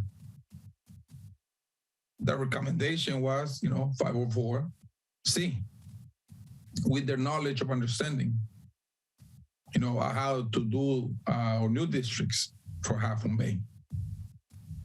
There's been a lot of conversations about maybe we should do a large, voting. Maybe we should, but who's going to be paying for that when we get, Half Moon Bay gets, a lawsuit, or sued for it. So with all the information that I have, with what I've read, conversations with various people, my understanding of the new districts, I'm still going for 504C. Thank you, Councilmember Jimenez. Councilmember Brownstone. Excuse me, Mayor, this is the second time that you interrupt me when I'm speaking. You did that at the last meeting. Please don't do that. I'm not finished. You expressed your preference for your map. I thought. Oh, I did, but I'm not finished. I'm not finished. Thank you. So, with all that in mind, with the understanding of the new districts of Half Moon Bay, it's something that we have to, if we're going to be asking our community members to be part of committees, to make, to do something like this, we need to respect them. We're giving them the power, to make a decision and to make our recommendation for us. Even though we make the last decision, they make a decision for us, a recommendation, especially when we hire somebody like Shalice, NDC, all right, professionals. Thank you. Councilmember Brownstone.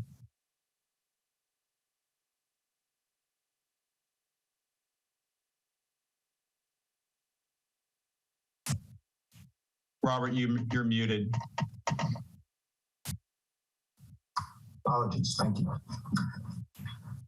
So I've been also looking at, as did Councilmember Rohrbeck, I've been watching some of the redistricting commission videos.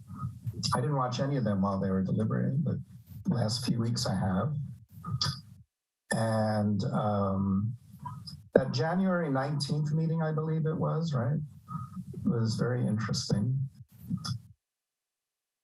Now, I have to admit, I was one of the folks responsible for kind of shortcutting the process. And I'll own my part of that in terms of our first vote. And what I saw happening in January 19th, because this issue is coming about, this whole issue about a unanimous vote by our commission. When I saw that January 19th meeting and this whole issue about voting getting deferred, accelerated, that was the first time the commission was, they said they were taken by surprise. They didn't realize that. A couple of them were pretty upset. And the head of the commission said, well, you know, are we going to continue on with our recommendation as is, where we have one map, our number one map and our number two map? And what they thought, because this was also came up in what I was watching at least, they felt that it really didn't make a difference at that point because the council had already made its decision. And therefore, there was interest in talking more about the two maps, but they felt that they didn't really have much choice at that point. And at that point, that was a reasonable conclusion. We then came back as council and said, you know, we really need to do a little more outreach. And we sent packets out to the neighborhoods that were most impacted.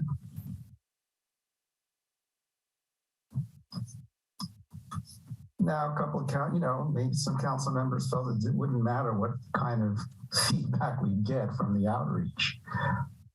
But then what was really the point of the outreach?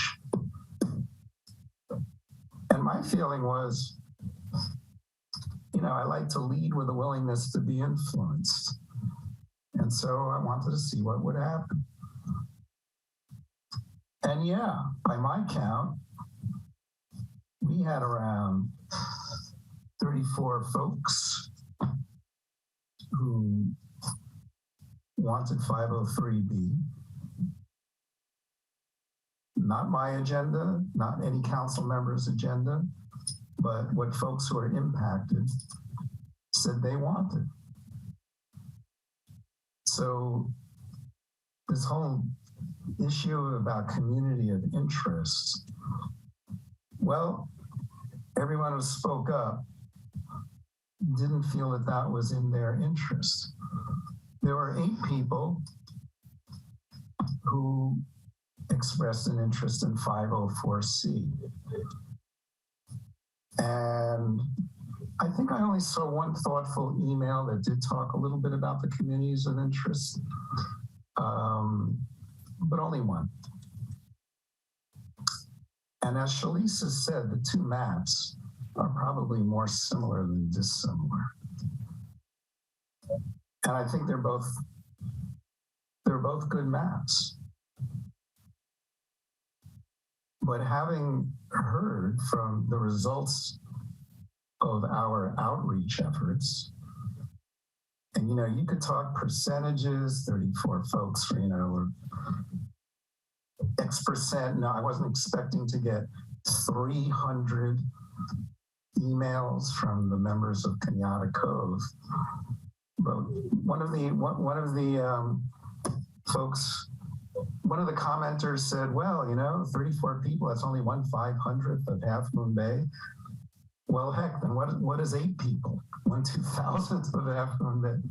You know, but you know, we agreed to do some outreach and hear from folks. So I have listened to the commission. I've read the final report. I think the commission, had they not thought on January 19th that anything would change as far as they would decide or continue talking about the issue, I think it would have been more, if they were allowed to continue their deliberations as was originally planned, but again, got kind of cut short. I think they would have deliberated a lot more between those two maps. And I think it may have been a little bit more of a split vote. That's my opinion. But having heard from the constituents most affected, which is why we did the outreach, I am now changing my initial vote. And I will go with, I will base my decision to support 503B based on the feedback that we've received from the community. Thanks. Thank you, Robert. So I'm also going to support 503B. As you'll notice in the resolutions provided by our legal counsel, the council has to make certain findings.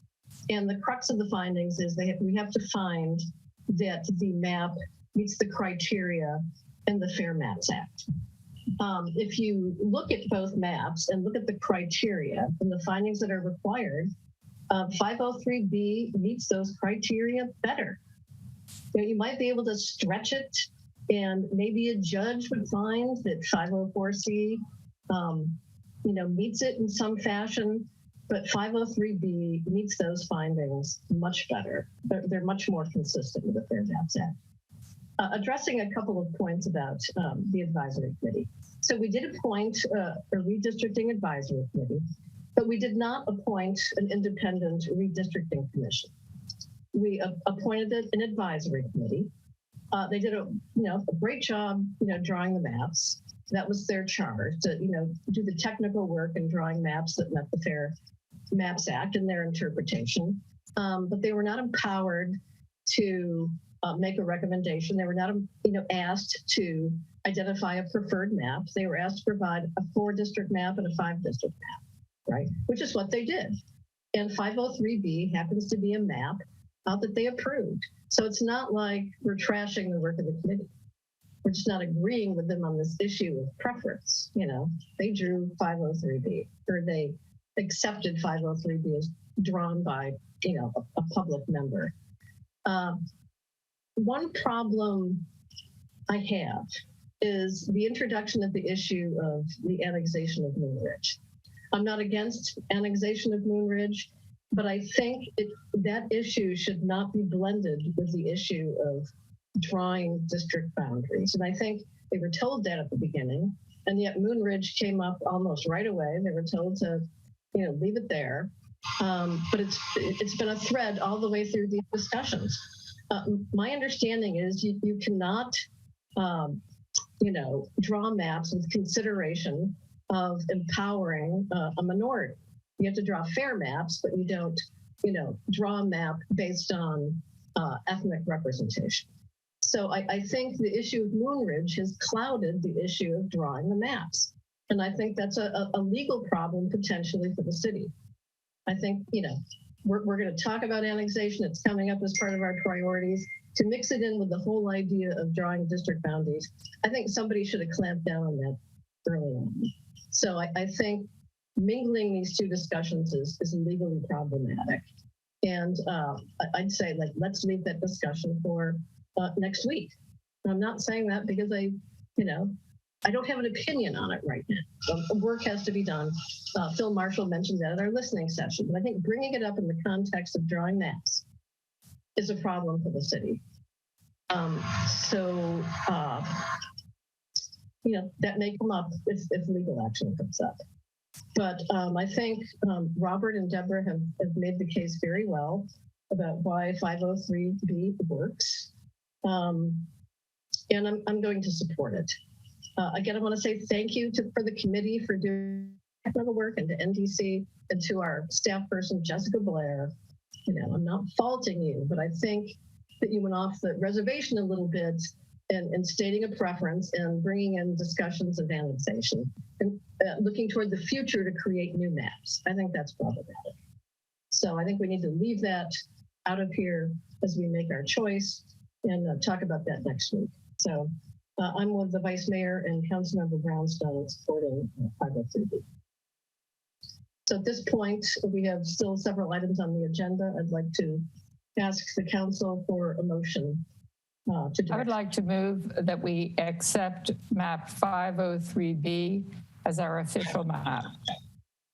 If I could clarify, the motion would be to introduce on first reading the ordinance adopting map 503B. Yes, I can actually. As Jessica said. Yeah, so the staff recommendation would be to conduct the public hearing, introduce on first reading, blah, blah, blah. So I would say move per staff recommendation. That's. Move per staff recommendation. All right. Second. Any further discussion? We have a roll call, please. Councilmember Brownstone? Yes. Councilmember Jimenez? No. Councilmember Rohrbach? No. Vice Mayor Penrose? Yes. Mayor Reddick? Mayor Reddick, you're muted. Yes, and so I'm guessing we'll be back on April 5th, second reading and adoption. Yes, that'll be on the consent agenda on April 5th. Great. Thank you very much. And a thank you to Shalise for all of your work.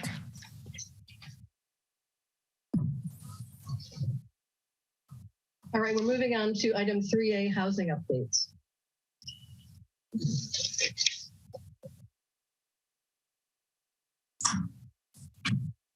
Good evening, Council. This is Jill Egas again, your Community Development Director, and we're going to go ahead and pull over our two consultants for this presentation, and I just need a minute to organize that.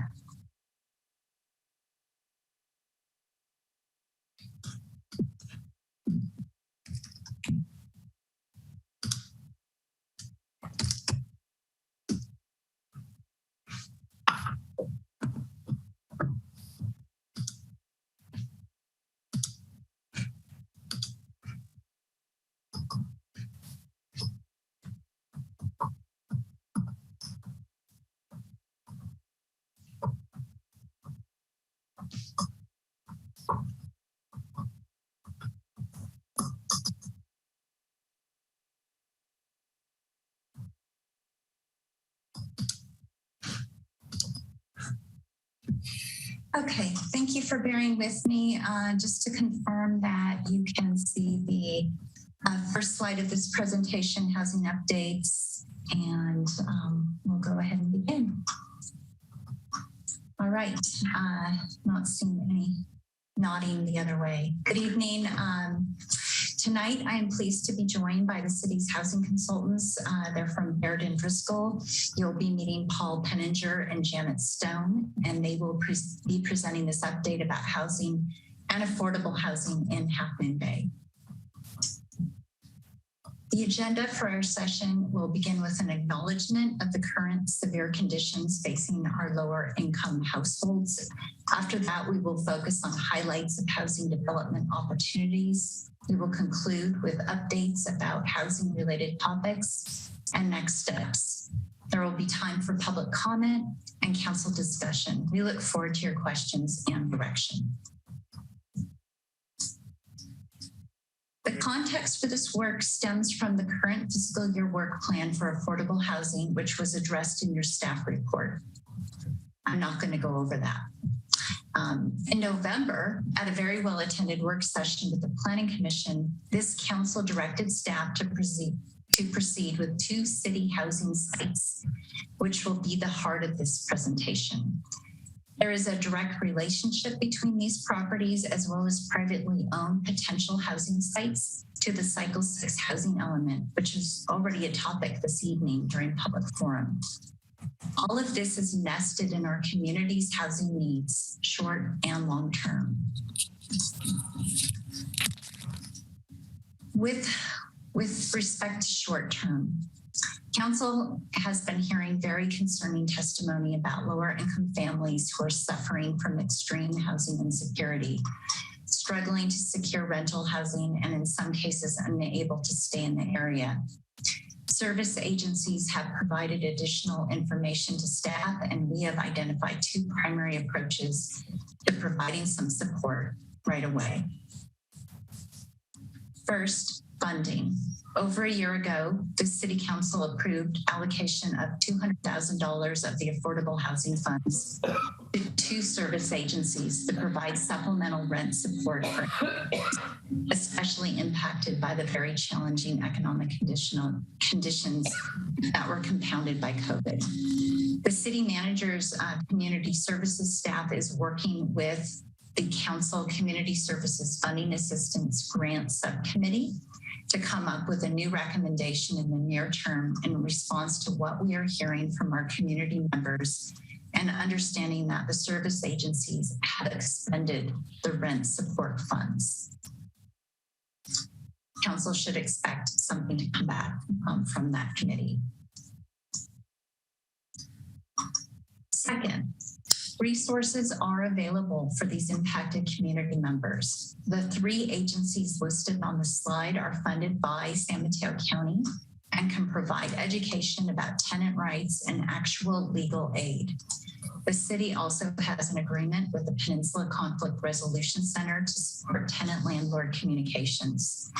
Staff will be circling back to our local service agencies to make sure they are working with these resources, and we will also seek their help to make meaningful contacts with our affected community members. We will provide updates to Council as we move forward with this near-term work. At this point, we're going to pivot to housing production opportunities. And for this, we'll start with the two city studies. I will introduce each to reground us from last November, and then our consultants will update you regarding the work underway for each. We start with 555 Kelly Avenue. The city purchased this 6,200 square foot site several years ago for land banking as an expansion of the community center's property. Are you able to see, if somebody could just nod that you can see the arrow? Okay, we'll be using that as we go forward. The land use plan update provides the workforce housing overlay designation to the site, a density of about 40 units to the acre, which is really the maximum density that we have in our downtown. And it assumed an expanded site area that includes a portion of the 10 ad hoc community center parking lot, which you can see in this larger rectangle on this slide. Back in November, we shared broad stroke concepts for developing this property, noting opportunities and constraints. Council directed staff to proceed, and we have moved forward with an RFQ process and also have a survey underway. I am happy to introduce Janet Stone at this point, and she will present about the opportunity and the RFQ process. Janet, we welcome you to the Half Moon Bay City Council meeting. Thank you. Are you able to hear me okay? Great. Good evening, Mayor Reddick and council members. Thank you for having me here. On February 15th, the city released the RFQ for 555 Kelly, and the RFQ was distributed to local and countywide nonprofit service providers, also to nonprofit housing, affordable housing developers, and to public agencies locally on the coast and throughout the county. A site tour was held March 2nd, followed by a technical assistance session on March 9th.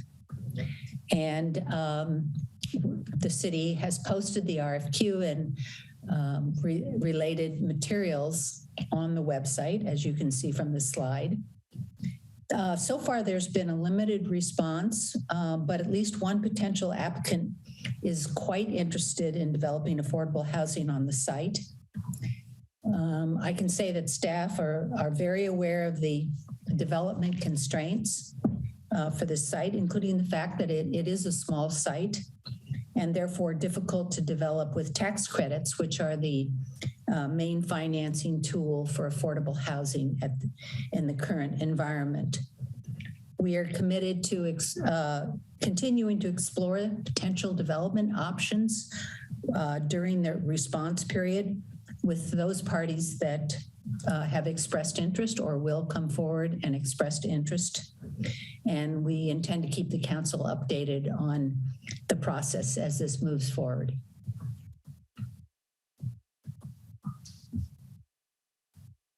So we expect that council will have questions about 555 Kelly at the end of this presentation. We would like to move forward. Our presentation is pretty brief, and so I'll keep going. Our next up is 880 Stone Pine. During city manager updates, council received an update from the public works superintendent about the corporation yard improvement project, which is proposed for the location where the courtyard is currently located on the northeast portion of the site, and it will be considered by the Planning Commission next week. Back in November, we provided a high-level review of the constraints, especially biological resources and various hazards.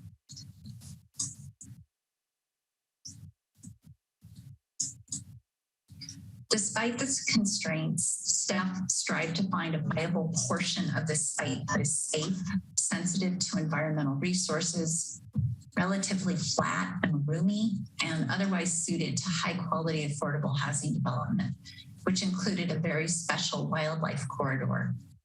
In the spirit of making this property work for housing, council directed staff to prepare a feasibility analysis. And to that end, now it is my pleasure to introduce Paul Penninger from Baird & Driscoll, who has been studying the various challenges that affect feasibility. Paul, welcome. Thank you. Real pleasure to be here this evening. Thank you, Mayor, members of the City Council. As was presented, we were asked to conduct a feasibility study looking at the potential for building affordable housing on this site, on this portion of the site. We looked at several major constraints, including biological resources and hazards.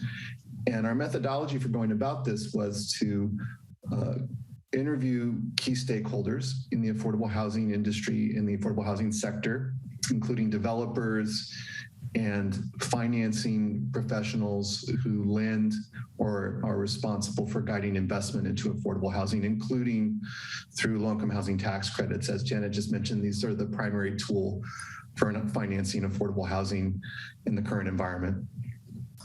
Next slide. So I want to start with some good news. We talked to quite a few affordable housing developers, lenders, people who are experts in affordable housing finance, and also commercial lenders, people who lend money to affordable housing developers for construction loans or permanent loans for affordable housing deals.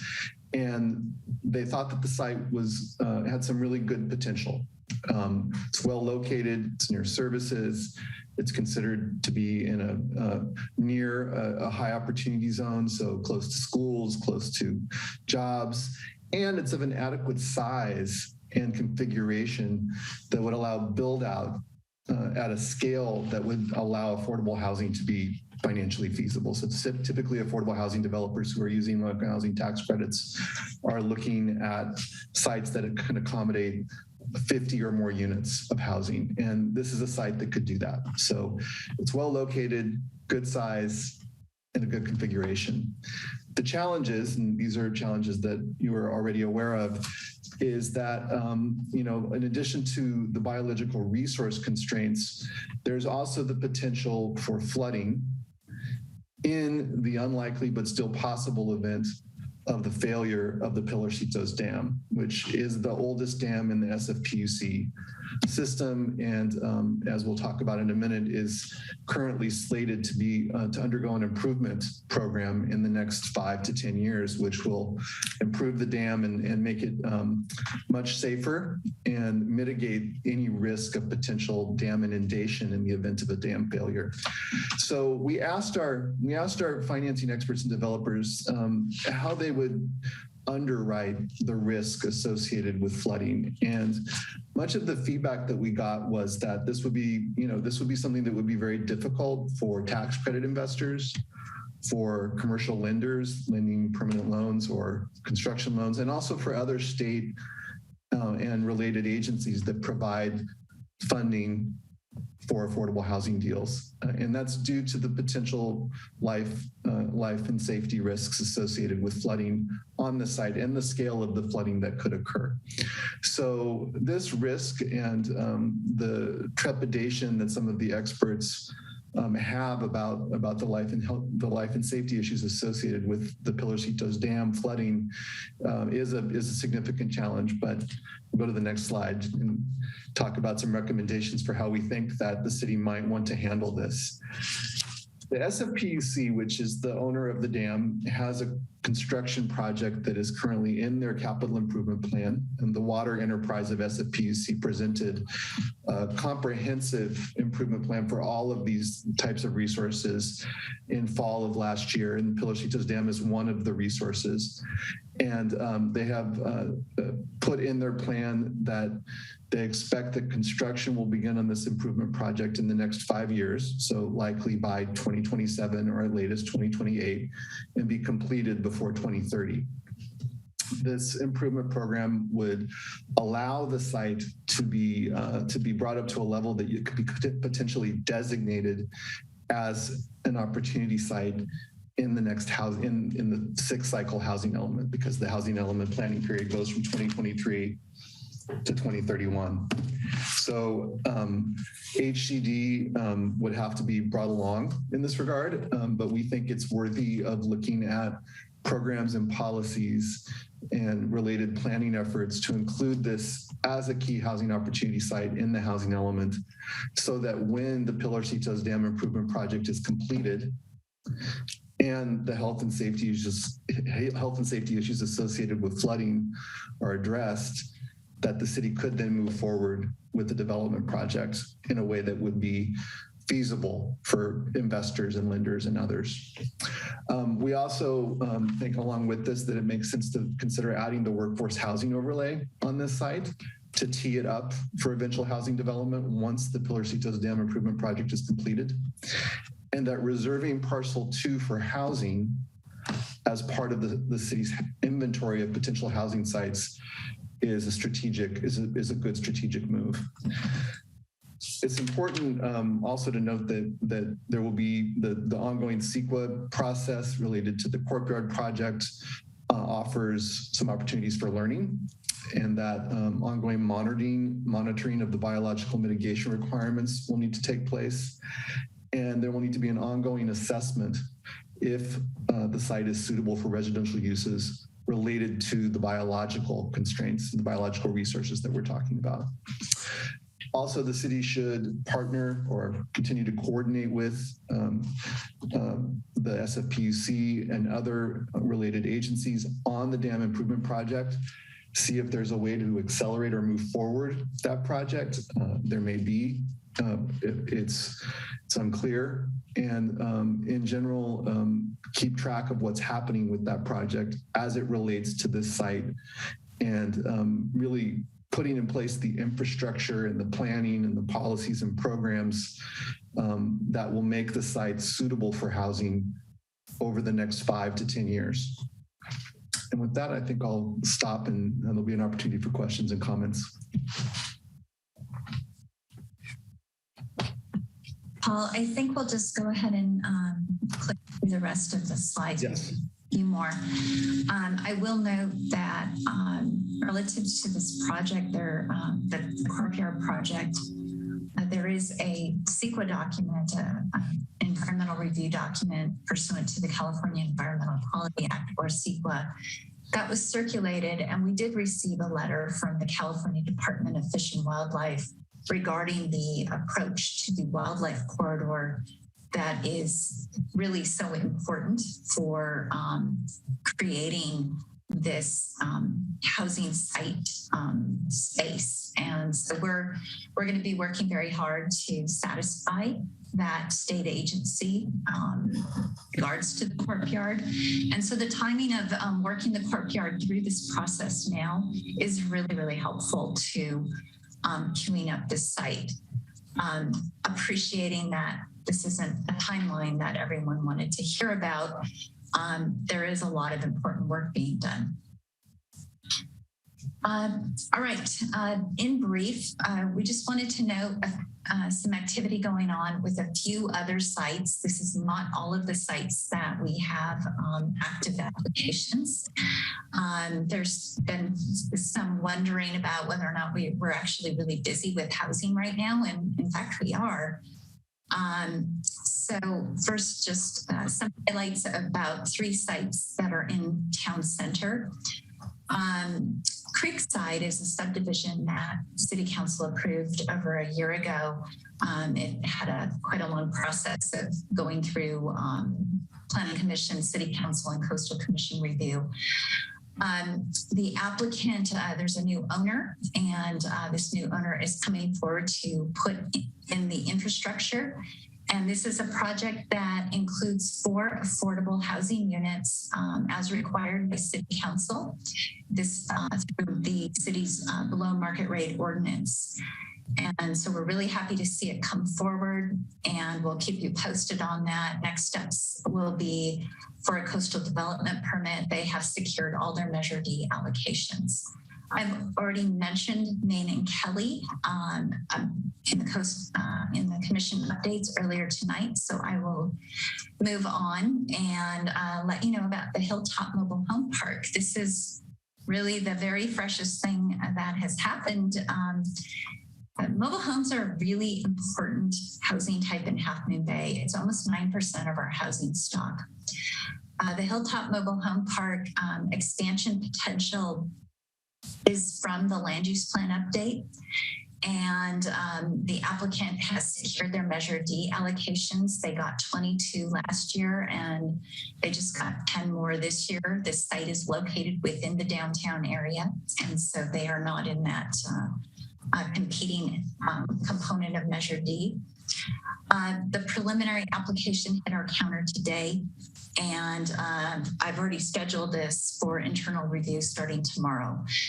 We consider this to be a priority project because of the importance of this housing type and the fact that it could potentially have a very quick build. So it's really exciting to see, and we're glad to have it come in. There are other projects in and around downtown that we can talk to you about next time. We, for example, have been working with Podesta, but we're really not prepared to cover that one tonight. So I'm going to move on and just highlight a couple sites that are opportunities outside of downtown. We've been telling you about 2411 Cabrillo Highway. This is Mr. Smith, who's got potential for 7 affordable units for farm worker households. He has secured he hasn't secured them yet. He's applied for 3 Measure D allocations. The Planning Commission will look at those on April 12th. I will not keep anybody in suspense. They score very, very well, and staff will recommend those because they are affordable and they meet the criteria and intent of Measure D. Janet Stone, who just met earlier tonight, has been helping me work with the applicant as well as the San Mateo County Department of Housing. We are trying to work through funding opportunities and help Mr. Smith move forward into his permit process. We've also had a couple of meetings now with school district consultants that were hired to explore land uses on really all of the school district surplus properties. At your November meeting, we talked in particular about the Hatch site that has 1 or 2 potential housing sites. We'll keep you posted on their next steps. We don't have any applications. They're still studying. They have a lot of properties to look at. But it's very exciting work that they are doing. And in Half Moon Bay, this is also related to the workforce housing overlay.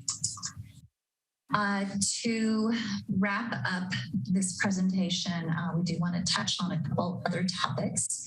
One is the SB 9, or the California Home Act, that became effective this January. I know that I think the mayor requested an update about SB 9. This is the legislation that could allow for ministerial approvals of duplexes or lot splits of single family lots, properties that have a single family zoning. Our update is really related now to this very recent Coastal Commission guidance document. The Coastal Commission has come out and provided a direction to jurisdictions in the coastal zone that SB 9 can be implemented within the coastal zone, but it would require an implementing ordinance to do so. So at this point, SB 9 cannot be implemented in Half Moon Bay. I do want to note a couple things. We are watching what other San Mateo County cities are doing with regards to ordinances, as well as the kinds of inquiries they're receiving, and also looking into the kind of pressure that we may feel or opportunities around this for different properties. I can tell you at this point, staff has not received very many inquiries. We've had one that looked really viable, and it was in downtown. And so that was kind of interesting to us. And we were thinking through what could be done there. The Turner study, the Turner group, I think is through Berkeley. They looked at many of the individual jurisdictions throughout the state and studied lot patterns and the economic potential for SB 9 to work in those different jurisdictions. Half Moon Bay was too small. They didn't pick us specifically as one of the study cities. So what I did was look at other San Mateo County cities that have some similar subdivisions as ours, which are frankly smaller lots, 5,000 square foot lots, 6,000 square foot lots. And in those cases, such as Millbrae or San Carlos, San Bruno, a range of cities, the Turner study indicated on the order of 10% of the lots might be viable for using SB 9, but that 10% consideration had was not informed by owner interest. So you could imagine that of that 10%, maybe a lesser percent would be actually coming forward over time in those jurisdictions. And really the fact of it is that these lots are small and they have a house developed right smack in the dead middle of it. And it makes it really difficult to do the kinds of things that SB 9 would allow. In Half Moon Bay, ADU development is a very successfully moving forward and would be easier and less expensive. So that would also compete with SB 9 options. ADUs would not need to have a second water connection, for example. And as we know, water connections here are quite expensive. So we have been thinking about the pros and cons and potential for leveraging SB 9, because there's definitely some benefits to what SB 9 can bring for infill development. And we even have thought about a concept for some kind of a town center SB 9 overlay. So we're happy to talk more about this in maybe a future session, but wanted to give you a high level overview of where that's at. We also think it's important to note where we are this year with Measure D. The 2022 allocations were 69, and in downtown, already 43 have been issued out of 46. We only have 3 left, and we expect them to be taken. Outside downtown, 23 allocations were available. We have applications for 41. And so again, that Planning Commission review of our ranking will occur on April 12th. There will be no transfers this year because only downtown base allocations can be transferred. So you will not see this again in September for transfers. And just a note, last year, at the end of the year, all of the allocations from 2021 were taken up, including all of the downtown allocations. And this year, this appears to be happening again. So in terms of housing activity, this is the most housing activity any of the staff that we have in the community development department has ever seen in Half Moon Bay. And we're seeing a lot of it's ADUs, but not all of it. And there's quite a range of things going on with it. We had talked about an ordinance update. The staff report acknowledged that there's a potential ballot measure coming. We are incredibly busy. I would love to update that ordinance, but I need to note that we don't think it's a priority right now while we're waiting for whether or not a ballot measure is going to come forward, and we have all these other things to do. So moving on, that is our last slide, and we were happy to present this for you tonight. We have some more information about other sites, about RENA, anything else that may come to be, but we assume that your focus is probably on the city properties. And thank you. Thank you, Jill. Very thorough and very interesting presentation. I'd like to ask folks whether they'd like just a 5-minute break. Take care of business. Robert's, yes. Okay. 5-minute break, and we will be back at about, let's say 9:45. Thank you.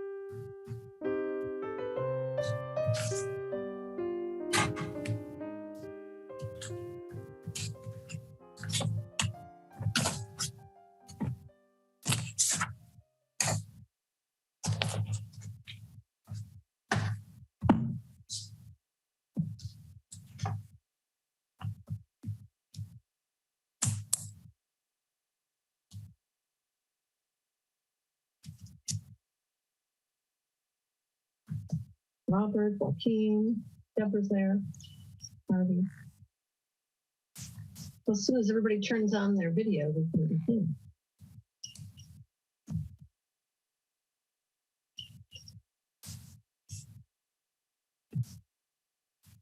Thank you for all the great information. Very, very helpful.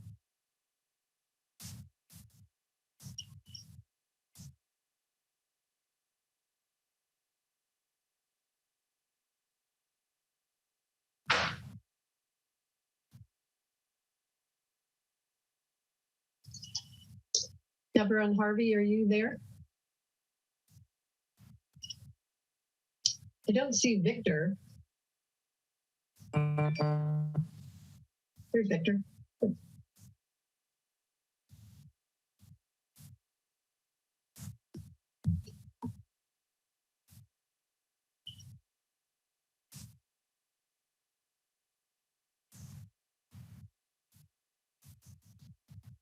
Deborah, are you back?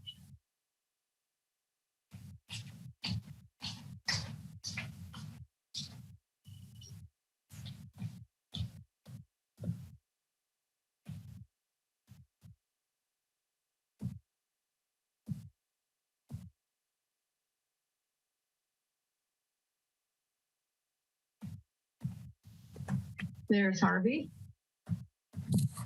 Just waiting on Deborah.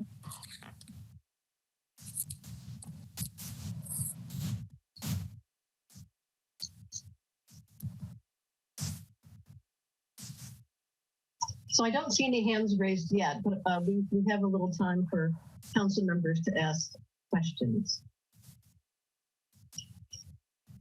Did you officially open up public comment? Is that what you meant, Mayor? Yeah. Jessica, do you have to announce the item? I don't see any raised hands yet. I know there's a lot of people there, but. No, I think we would just announce that if we're ready to take public comment, people could start raising their hands. Okay, do council members have any questions at the moment, or do you want to just take public input? Public input first. Okay. I would let people know they can start raising their hands then. Okay, if any members of the public wish to address the council on this item, please use the raise your hand feature. Did you want 2 minutes, Mayor Reddick? You're muted. How many raised hands do we have? It's like just one for so far. Just one. Well, let's start with 3 minutes, and then we can always change that if we get a bunch. Okay, our first speaker is Mike Ferrara. Mike, you have 3 minutes. Good evening, Mayor Reddick and council members. Very interesting proposal, especially around 880 Stone Pine. For many years, I've been saying that's the most developable site in the city. And we should all know that some 20 years ago, the various agencies gave us a pretty good, clear go-ahead on there for a park. And that's why I think that based on that, we should be fairly clear on the environmentals. It's interesting, the data regarding Pilarcitos Dam, I've actually been there, and it's not quite the size of, let's say, Baldwin Hills. Many of you are maybe not old enough to even know about Baldwin Hills, but that was a dam that blew in Southern California. And I went down, and it was a huge one. And yeah, it can do a lot of damage, but Pilarcitos is much lower dam than Baldwin was. And I do remember a study session in the 90s when it was brought out that the inundation zone would actually only be a matter of inches. You do have a map called the inundation map. And it isn't as though you're going to be flooded up to your neck. It's just, it's going to make things wet and for a short period of time. Areas, for instance, like Carter Park, that would take a few feet because it's so low. And maybe the area next to Highway 92 and 1. So I think the depth of the potential flooding might be worthwhile having someone look at that in terms of assessing the risk, because that property does seem to be at a higher elevation than a lot of the property in Half Moon Bay, especially to the west of it. But thank you for that report. I do have a question though. In the staff report, it was mentioned that 40-something allocations were given out in downtown. I had always thought that half the downtown, or 23 units, was discretionary. So my question to the council and staff is, are we still treating that extra 0.5% as discretionary or just up for? Thank you for the opportunity to comment. Thank you, Mike. I have no other hands raised, ma'am. Okay, council members. Do you have questions, comments? Vice Mayor. Yes, thank you, Jill and Janet and Paul. I'm so glad you're working on housing. It's my passion, and it's all I really care about. I do care about other things. I'm lying, but it's primo for me. I'm very interested in the report on Stone Pine and was actually quite surprised that it was as positive as it was. Although I understand it's not something we can do tomorrow. I appreciate Mike Ferreira's comment about a previous study showing inundation of a couple of inches for a short period of time. I think that might be something we want to look at. I also think that I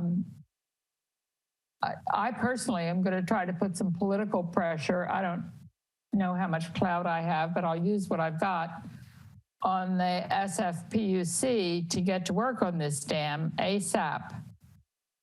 They may not understand how critical affordable housing is to us here in Half Moon Bay, and the fact that we've got a site that is a great potential for housing for 50 units that would do so much for our town. I think it's worth using whatever political goodwill we can garner. And I'd ask other council members to do the same, to make a concerted effort to talk to the SFPUC and see what we can get them to do on it. I think that the mobile home park expansion is delightful. I'm just thrilled with that.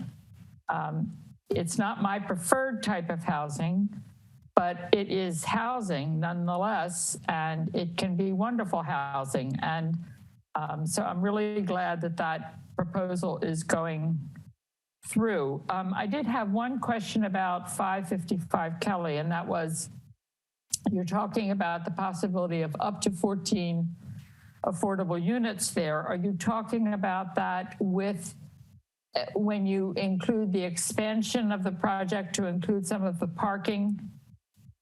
Is that going to be necessary to bring us up to 14, or if we expand the project to include some of our current parking space, can we get more than 14 units in there? So that's my question.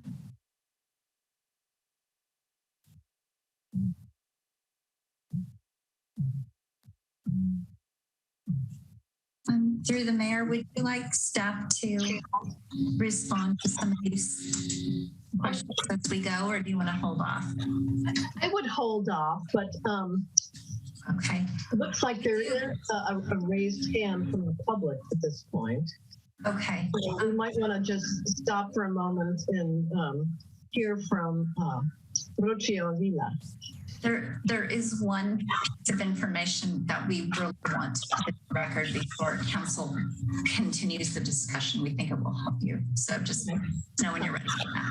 Well, let's hear from Rocio, and then we can move along. Okay. Buenas noches a todos. El consejo. Buenas noches, señor. Hágame un favorcito, si puede mantener lo que va a decir en trozos manejables para que de esa manera yo pueda interpretar y todo el mundo pueda escuchar lo que usted tenga que decir, ¿de acuerdo? Sí, está bien. Muchísimas gracias. Adelante, por favor. Yo solo quiero alzar la voz de la comunidad latina y de las personas que necesitamos la vivienda accesible.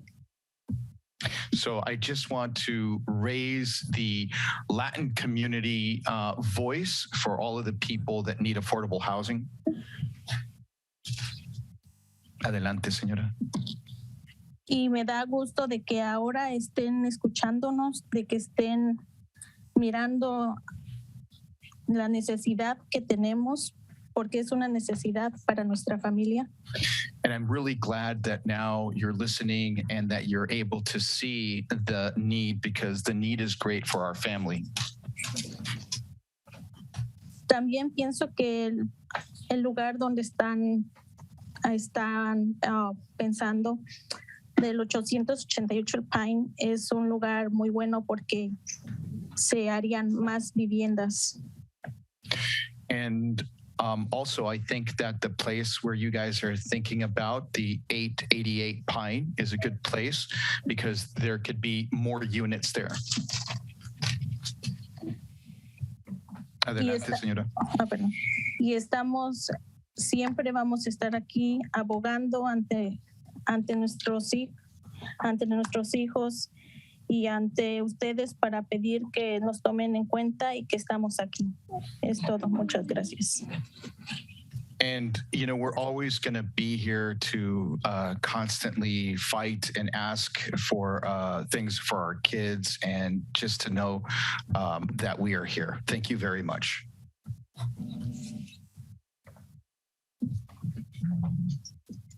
Gracias. Vice Mayor, did you want to finish up, or were you done? You're muted. I didn't hear what you said. Just wondering if you had additional comments before I move on to Councilmember Warback. No, I just wondered if I could get those questions answered. Do you mind, Jill, just holding answers to questions until the end? It's okay. I'm concerned about some information that was put out there that's not correct, and I think it's really important for council to know. Okay. We can speak to 555 Kelly at the end about build out, but we want to acknowledge the dam inundation information. This is not a matter of inches, and there's a relatively new dam inundation map. So the old map may have been a much more favorable scenario. The relatively new map shows a significant inundation of property within 60 to 75 minutes of dam failure, and in portions of it, multiple feet. Over your head high. There's even a portion of the site that could have 20 feet of water on it. We're having the feasibility studies, including the environmental study, finalized. We will make it public and we will share all this information with you. But our consultant has been working hard on the courtyard project. So we want to be clear that this is not just a few inches. It's not a few puddles. It's important. And it's unfortunate that that's the facts of it, and that's why the financiers gave Paul Penninger the feedback and from his study what he came forward with. So we just want to share that and acknowledge that this is new information. The information about dam inundation that would have been referred to back when that park project was considered would have been different. And I can understand why it had a different outcome. Who produced the new data, Jim? I think Paul has that. Give us a few minutes and we can come back around to that. Councilmember Warback. I hear about health and safety on 880 Stone Pine with dam inundation. Does anybody consider the health and safety issues of all the people who are being displaced, who can't stay in Half Moon Bay, who have multiple families living in a single room? I don't know exactly how to convince the lenders that they should take a chance on a few years of very unlikely but possible dam inundation, with the idea that ultimately the dam will be fixed, whether it's 3 years or 10 years. During that time, there's going to be a lot of people who need housing, and if we can figure out a way to build it, it really would be a wonderful win for the city and our residents. I know I'm sort of talking off the top of my head. I don't have any lenders who are willing to take the chance, but I just want to put in my 2 cents that it's really important that we do build as much affordable housing as possible. And the 880 Stone Pine seems like an ideal site, and we should try to be as creative as we can to get the financing that we'll need to build 70 or 100 units. So that's where I'm coming from. Thanks. Councilmember Brownstone. Thank you. One of my initial questions, I was actually going to ask our consultant about that inundation, and Jill's already answered that. So I'm glad we covered that. As to Councilmember Rarback's statement, it's pretty, we just need to know more about the feasibility of building in a flood zone. 2 people are going to live there. So is it just 2 years away? If you have a huge storm, we just need more data on that. One, to secure financing, but also to make sure we're looking at the short and long-term safety of anybody living there. So I think I agree with Vice Mayor Penrose. It would be nice to sit down with some representatives from SFPUC. I don't know if I begin with putting pressure on them. I just think we should begin by asking them some questions like, how does your CIP priority list go? What do you take into consideration to move forward things on their CIP? Is helping create more access to affordable housing a factor that might influence them to expedite a particular project?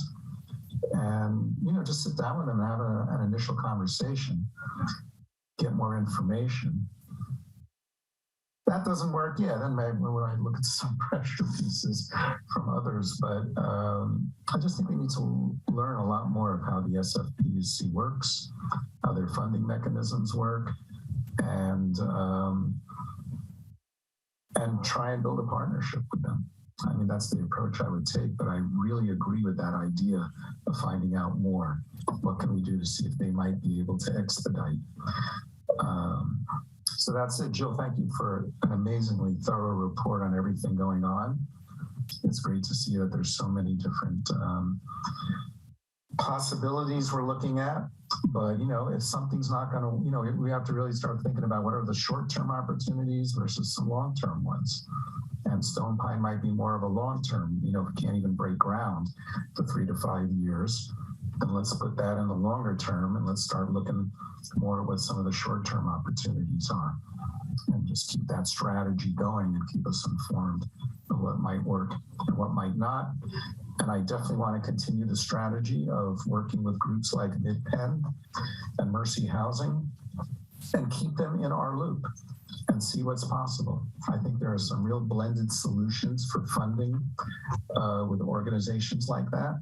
And they are a trusted partner who have already built very sustainable and low-income housing here. And they also take on a lot of the administrative costs. So for me, that's going to be a critical part of our strategy to always see if there might be someone who might be willing to partner on a possible project. I'm done. Thanks. Councilmember Jimenez. Thank you. Jill, like always, thank you for the report. I don't know if you remember the meeting in October. Was it October or November? There was a word that was happening, that it was being repeated. El proyecto, the project. And that meaning hope. And today's presentation, still it continues to bring hope to the community that needs housing. I'm gonna tell you, Half Moon Bay has come a long way in some parts, some areas. Half Moon Bay City, City Council, since 2014, it's come a long way. We still have long ways to go, but things have changed. We are taking, I think the last 3 years, we are taking, housing more serious. In the last 3 years, 2 years, Jill, again, has done an excellent job, in just putting things together, presentations like this together, the opportunities to build. There was a lot of people listening, today in the meeting, somebody was sharing, actually kept sharing the Facebook, the presentation that you were doing, even though it was not doing public comment, but it was, a lot of people were watching, and there were the slideshow that you were doing, the PowerPoint. It was being shared with a lot of the community members here in Half Moon Bay. So that it's a lot, and for that, we are very grateful. Always thinking about, what can we do for the community that is in need? Councilmember Rareback said one thing very clear, if we don't act now, in 5 years, when we're able to build, we're not gonna have no community to build for. We're thinking about the flood area, the flood zone of the 80 Stone Pine, and we keep talking about our children, or the health of our children, the safety of our children, but it's not happening because we still have crowded homes. We still losing families. So how long is it going to take before we can actually say, that our community is safe, that our community is healthy? I always keep one thing in mind, equity. Equity is always in my mind. And we are only as healthy and as safe as the most vulnerable person in Half Moon Bay. If we should have families and children that are living in crowded homes and being evicted, then we are not safe and we are not healthy. You can look at it any way you want it. I still don't think, I'm always thinking like that. That's what keeps me going. On top of what we're doing, but this, all these, plans to build in Half Moon Bay, are excellent. Now let's get them done. 80 is going to be a while before we see anything built there. There's other properties that we're working on, 92, the mobile home park. It's a lot of community members. I'm going to let you know, a lot of community members are actually looking forward to this. They want to have the opportunity to be able to buy, a mobile home, 92. People keep asking me, Joaquin, when are they going to be available? When can is there like a list that I can go on to be able to purchase? That's how desperate they are for housing. Given the opportunity. There's so many things, so, like I said, things have changed. If I go back, since I became, an active participant, on these meetings before I was in City Council, I can remember a lot of things because I was there. Things that were said, how things were done by City Council members. I review the meetings every so often. I go back and I review the meetings. So that's what I'm saying. Things have, we made some progress. So, I just want to say this, again, thank you, Jill. We have a lot of things to talk about. I'm learning a lot from you and from other, other staff members. that I want to learn from. And, if we need to act now before, 5 years is going to be too late for community. So thank you.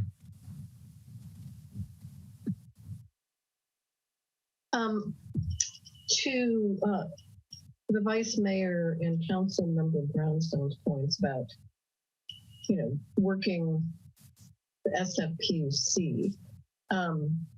I used to work with a guy at the Coastal Conservancy, Steve Ritchie, who's now the Assistant General Manager at the SPUC for Water Division. So, that's something, I could do working with the city manager is to try to reestablish a connection with Steve Ritchie and set up a meeting. I think that's very possible. I know him quite well. So we can do that. And who attends, we'll figure that all out. But I think that's something we should do soon and get that moving. And, we want to talk to our legislators as well. They in the governor's office manage the SFPUC, budget on certain items. And, we certainly want to have their support in this. It occurs to me that, with the extended drought here in California, and it's going to be, years before I think we, recover. It seems to me it's in the SFPUC's interest to shore up its emergency water supply. So Pillarcitos Lake, that's Stone Dam dams, is San Francisco's emergency water supply. And they're happy to share that right now, but there might come a time when they don't. But in the meantime, it seems to me that shoring up that infrastructure has to be somewhat of a priority. But I think we need to call it to their attention. I think some fixes have been made. It is about 60 years past its design life. That's a long time. And when you see the dam, it's an old stone dam. So I think finding the right messages and making those contacts are really important. I would like to see the flooding study. I don't know if it's NOAA or FEMA or what have you, but I think it would be helpful to see that. And, the recommendations that were made about setting the table, as Jill likes to say, in terms of zoning and stuff. Certainly we would need to do that and want to do that, but I think we need to get a handle on the dam inundation issue first.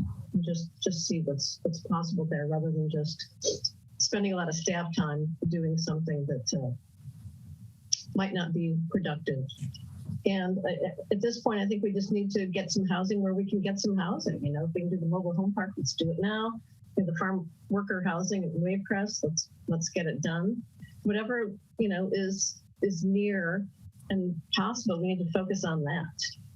Just get the low-hanging fruit. Some units, even if it's not RV's 50-unit apartment complex, which I agree with him. I think we need, but I agree with Robert's point that we don't want to put people in harm's way either.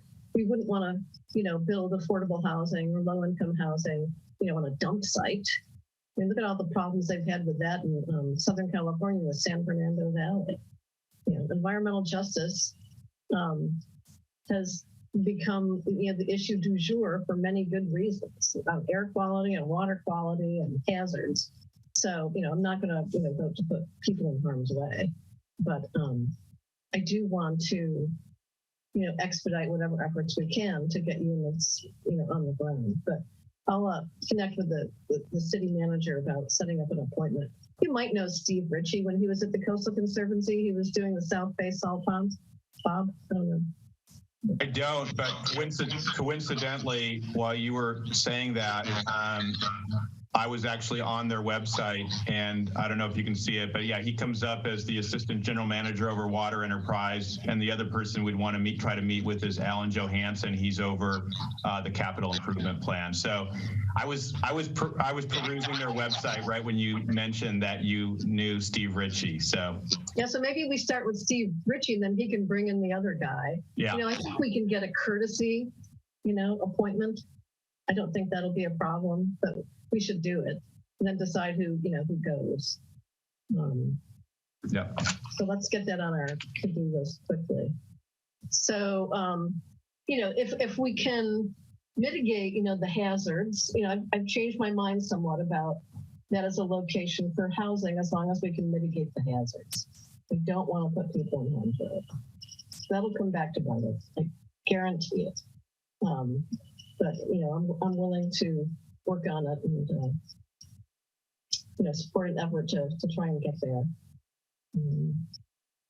So I think we have a big portfolio of potential, and I agree that we need to always be looking for ways to just knock off, make that next down. Try to get to that goalpost and get things on the ground. Anybody else?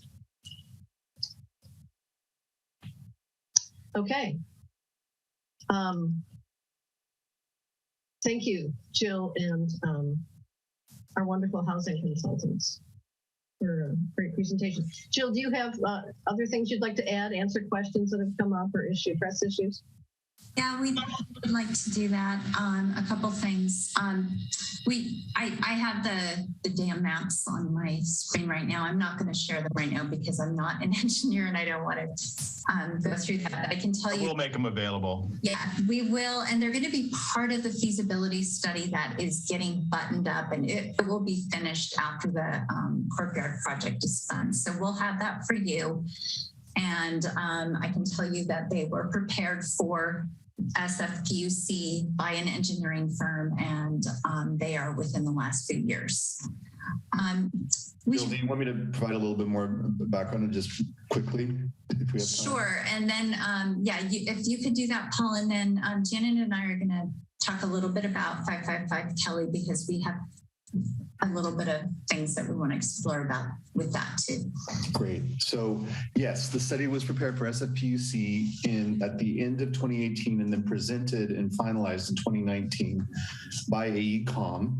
It's great that you mentioned Mr. Ritchie because he was actually CC'd on the study. And so it has come across his desk within the last couple of years. And the issue, with the risk here is that even though the dam breach is considered, the risk of a dam breach is considered low, the potential downstream hazard in the event of such a breach is considered extremely high. And it increased from high to extremely high in the most recent report. And what this means in practice is that there are certain parts of the site closer to the creek where the flooding could be up to 25 feet deep. It could reach the site at a rate of 8.4 miles an hour within a time frame of 60 to 75 minutes. So this makes it a high risk if you have any kind of vulnerable populations, children, seniors, people with limited mobility, people for whom a quick evacuation might not be possible or might be extremely difficult. So unless you're able to raise the site significantly or come up with some other infrastructure improvements like improving the dam, which was built in 1866, this dam, it's the oldest resource in the SFPUC system. It's very unlikely that a lender or an investor or an insurance company would underwrite any kind of investment in the site right now because there's the potential, extremely high potential in the event of a dam breach that there could be serious life and safety issues. So pretty exhaustive data. The city manager and development director will share the report in due course. But I think raising the issue with folks at SFPUC and senior leadership is potentially a very good strategy, and potentially if there are already contacts in the water enterprise. Great, thank you, Paul. So moving back to the other, the city site that doesn't have a dam inundation threat, Kelly, the small site, the challenging site, from some other perspectives, Vice Mayor Penrose asked some questions about the build out for the site and whether that was relative to the 6,200 square foot parcel or an expanded site area. When I did the site study for the land use plan, I based that on an expanded site area on the order of 16,000 square feet and applied 40 units to the acre to it because downtown's highest density is 30 units to the acre and could then also have a density bonus on top of that. And so it was a development form that I also masked out and could make it fit for that number of units and dealing with the parking. Now, all of that said, we have two other things going on. One is we have a survey being conducted, and I'm hoping they're going to find more area. I'm hoping it's bigger, and so we'll find out exactly how much room we have, and we're not completely sure right now. And then, second of all, I think this would be good for Janet to speak to, in that we're going to encourage all of us to be very open-minded and learn more about what's necessary to make this thing tick. Turn it to Janet. I think what Jill's referring to, the issue of having a density as the guiding principle of what can be developed is a little bit problematic in the sense that what a lot of jurisdictions are finding is that if you have small units, you can have more of those in a same building envelope than if you had fewer, say, 3-bedroom units. So a density that sort of picks a number doesn't really allow you to much flexibility, which is why a lot of cities are looking at development envelopes rather than a density number. And they're saying, we don't really care whether there are more studios and ones filling up a certain height and setback building, a certain envelope, or whether there are fewer family units that are larger.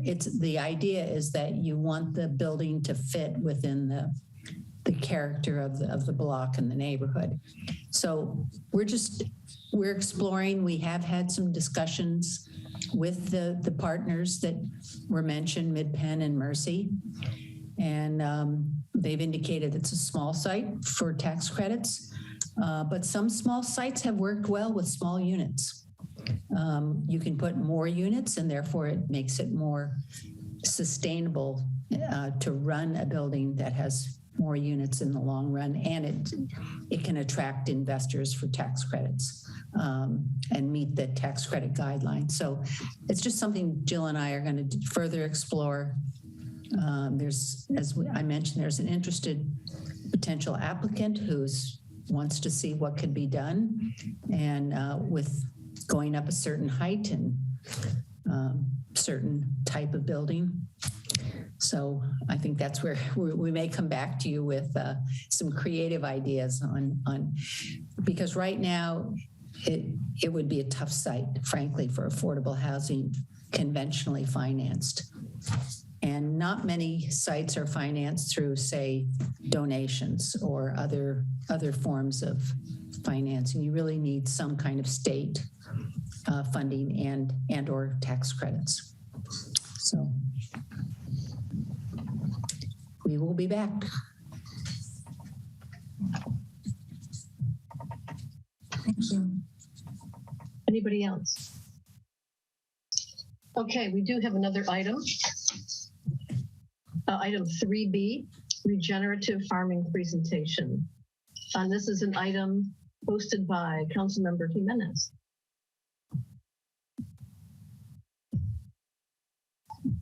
Well, thank you. So I wanted to, when I proposed this item to be brought to the, to our meeting, we are in a farming community. Our heritage is farming and ranching, and then we were also talking about, climate change, electrification, to the cost, to our community. from my research, what I've done for the last, 3 or 4 years, looking into farming, and how, farming can actually, some methods can actually help reverse climate change. These practices are being done, around the world. In the United States, Mexico, South America, in Asia, and in the desert. So this is an interest to us. I care about the environment. I also care about farming. Most recent, a couple of years ago, there was a documentary that came out, Kiss the Ground, that touches, around, farming methods that can actually help reverse climate change. Farming, we are losing farming in our community. If you go in the last 2 decades, you will see that we have less farm workers in our community, because of housing being one, and farmers, are not farming as much. So no, when we talk about, farming methods, carbon sequestration, the use of hedges, the use of trees, what does that mean? Less chemicals into our soil, the contamination of our drinking water, the water resources. So it's just, for us to be able to understand what do we mean, when we talk about farming methods that actually can reverse, are proven to reverse climate change. As we're moving into our climate resiliency plan, that we have, learning about these methods, people are doing it in a small scale. How much, the person who's representing today, who has a nutrition, science nutrition background, he compares, these methods of farming, producing, healthier, produce, healthier food, for us. My focus is, we have to heal the soil. Our soils who have been, pumped with, chemicals and pesticides, and now it's affecting our environment. A lot of the greenhouse, the greenhouse effect is because all these chemicals going into the air, but also at the same time, is a carbon that we've had, for hundreds of years in the soil, that every time we farm that soil, the same carbon go up in the air. So that's also creating, the greenhouse effects. The farming that has been done across the United States, in the last, 50, the 60 years, how's that affected, the environment? But now with this, there is proof, of new ways of farming can actually help reverse that, and it's shown, research shows that it can happen fast, it's happening, as simple as, as using cover crop, as simple as, implementing, crop rotation, not leaving a bare soil, bare ground, the use of livestock. How is livestock a benefit, to our environment? What it is, we're talking about, is living soil. Living soil means, or soils, are breathing. They're, they are sequestering, the carbon that is affecting our environment,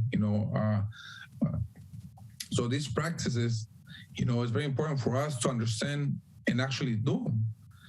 We have there's a new organization happening in Half Moon Bay that is going to be able to actually, use these methods.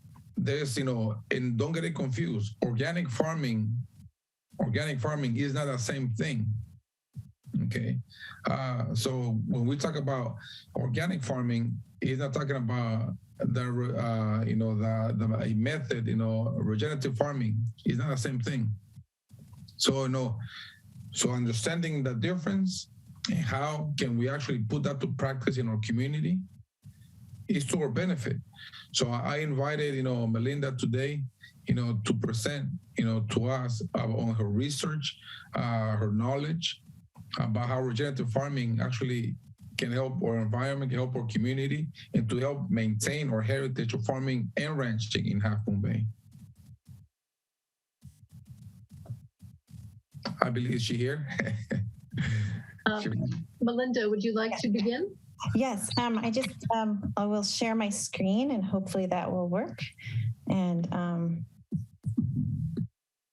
let's see. Okay, is everybody seeing my screen? Can you still hear me? Okay, just want to make sure. All right. Thank you for inviting me today, Councilmember Jimenez. I really appreciate it, and your introduction was fantastic. I took some coursework with Kiss the Ground, and I become a soil advocate, as they call it, and just purely on my own, just voluntarily, I just give presentations because I'm very interested in this topic. I am a nutritionist with a master's in nutrition, a registered dietitian, and I am very interested in how the soil affects our health, and it's definitely directly connected from a lot of the information I've been learning. So this movie inspired me. Because it is not just about reducing our emissions, it's actually about sequestering what's up there in the atmosphere, and that there's a way that we can do it. And it was super inspiring for me. So, because I was feeling a little bit hopeless for a while about this, and it seems daunting just to have to work on reducing our emissions. So if there's also another way we can do it, it's fabulous. This is what I'm talking about today, regenerative agriculture and how it can reverse climate change.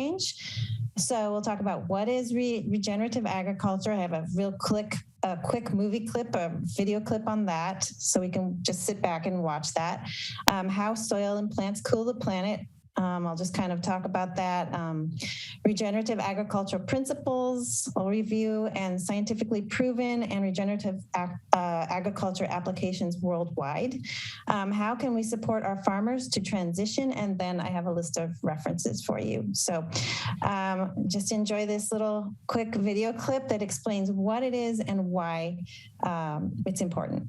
Let me know if you can't hear the sound on this. It's no secret that we're running out of time to protect our planet. A new report has highlighted the critical role that soil plays in climate change. There's more carbon stored in soil than in all the world's trees, and it's being released into the atmosphere by deforestation and poor farming. For millennia, we've lived in harmony with nature, but modern agriculture is destroying the very habitat we depend on. Intensive farming releases 30% of all greenhouse gases and erodes 24 billion tons of topsoil every year. That's an area the size of Greece. If this goes on, we may have just 60 harvests left.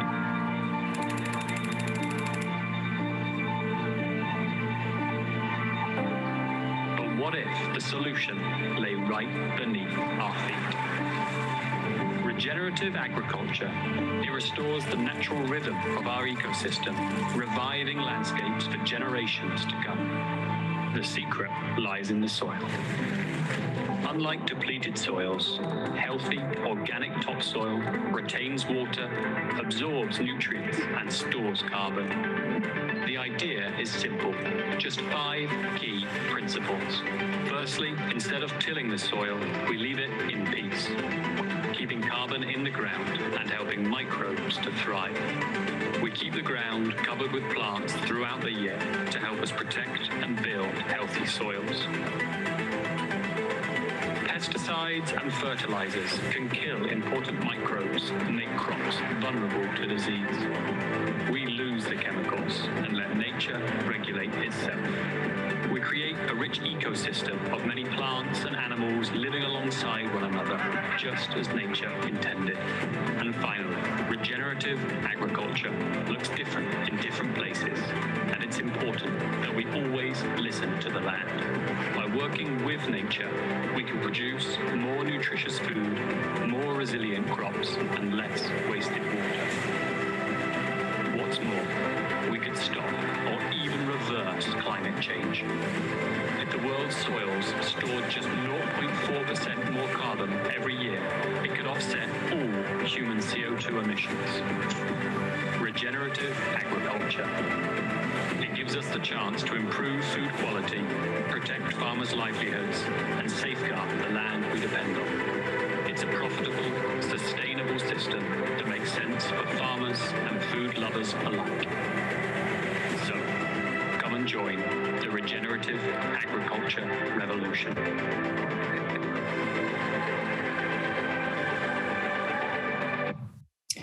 Okay, so sorry about that. That is what it is and why it's important. Kiss the Ground came out 2 years ago, and that was the premise. That wasn't done by Kiss the Ground, but that was the premise of the movie. And so notice in the video clip, it talks about if the world's soils stored just 0.4% more carbon every year, we could offset all of the human CO2 emissions. Probably they mean within every year. And notice that they said 30% of CO2 release is from soil degradation.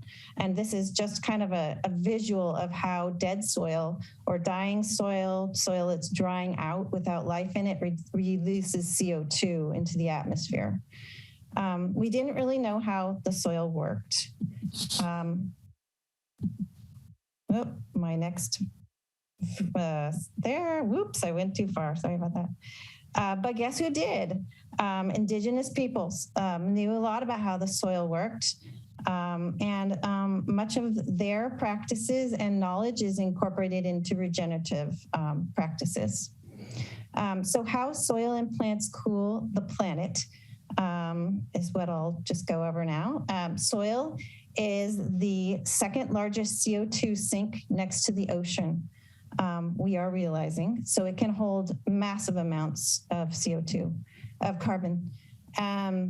So what plants do is they sequester the CO2 right out of the air, the greenhouse gas, into the soil, and they move it in through their roots into mycorrhizal fungi, which is the latest thing that we've learned about. And the mycorrhizal fungi is life in the soil that connects a lot of the plants. It's their communication system, and they work with microbes in the soil to break down nutrients and transport it to the plant. So it's not just the standard view of plants in the past that we learned about, that the plants just suck the nutrients out of the soil. It's actually a symbiotic exchange. So they are crucial in making nitrogen and minerals available for plants and storing carbon. And you can see how tilling and using chemicals on the land can destroy the networks and kill off the microbes and dry out the soil. So this is how plants cool the planet. It's just kind of a really fun, dramatic, kind of shows you really how important plants are for cooling the planet. Temperature gun experiment done by these two guys from Kiss the Ground. They went out into agricultural fields. They took the leaf temperature of some plants right there. It was 59.7 degrees. And then they took the temperature of the bare soil in the field next to it. Bare soil temperature, 138 degrees. It was like a 79-degree difference between the plants and the soil. So the assessment of that is that plants cool the planet and bare soil dries it out, releases CO2. So as you can see, this happens in the Central Valley and all over. And now when I drive by, I look at it and I cringe. I'm like, oh my God, all that land is drying out and releasing CO2 into the air. So it really needs to be covered. No cover crop is no armor to prevent heating up of the soil, drying out, and killing the life in the soil that supports the plants and their carbon storage.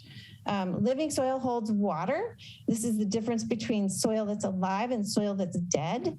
on the right, it's darker and it clumps together and it actually absorbs water. When you pour water right on top of that, you will see it absorbs it. And then when you pour water right on top of this, it's like pouring it on flour. It just runs off and causes erosion and flooding. So this is when more soil worldwide increases water holding capacity and becomes more healed and alive, there's fewer water shortages and there would be less desertification going on. And this is what it looks like when the soil is not absorbing water well. It should be absorbing a large quantity per hour, many inches per hour of rain.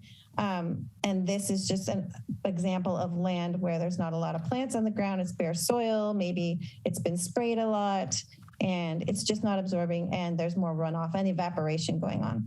The principles of 6 principles that Kiss the Ground puts out of regeneration are here, and the movie said 5, but that was a British movie, so I think they just mixed a couple of these together. It's all the same principles. So least disturbance, reducing tillage or getting rid of it completely, reducing chemical input or getting rid of it completely, having a living root in the ground all the time to support the microbes and mycorrhizal fungi below, having soil armor on top, whether it's cover crop or whether it's crop that's been mowed down to use as organic matter, having animal integration so you get the manure and the animal saliva into the ground to help with the nutrient cycle of those and the microbes eating up everything and composting the soil.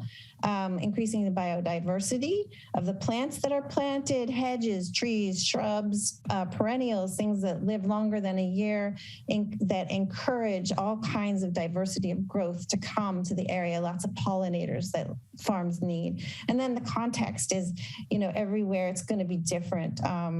You apply the same principles everywhere, but you're going to do it a little bit differently depending on the season, depending on the place in the world that you're at.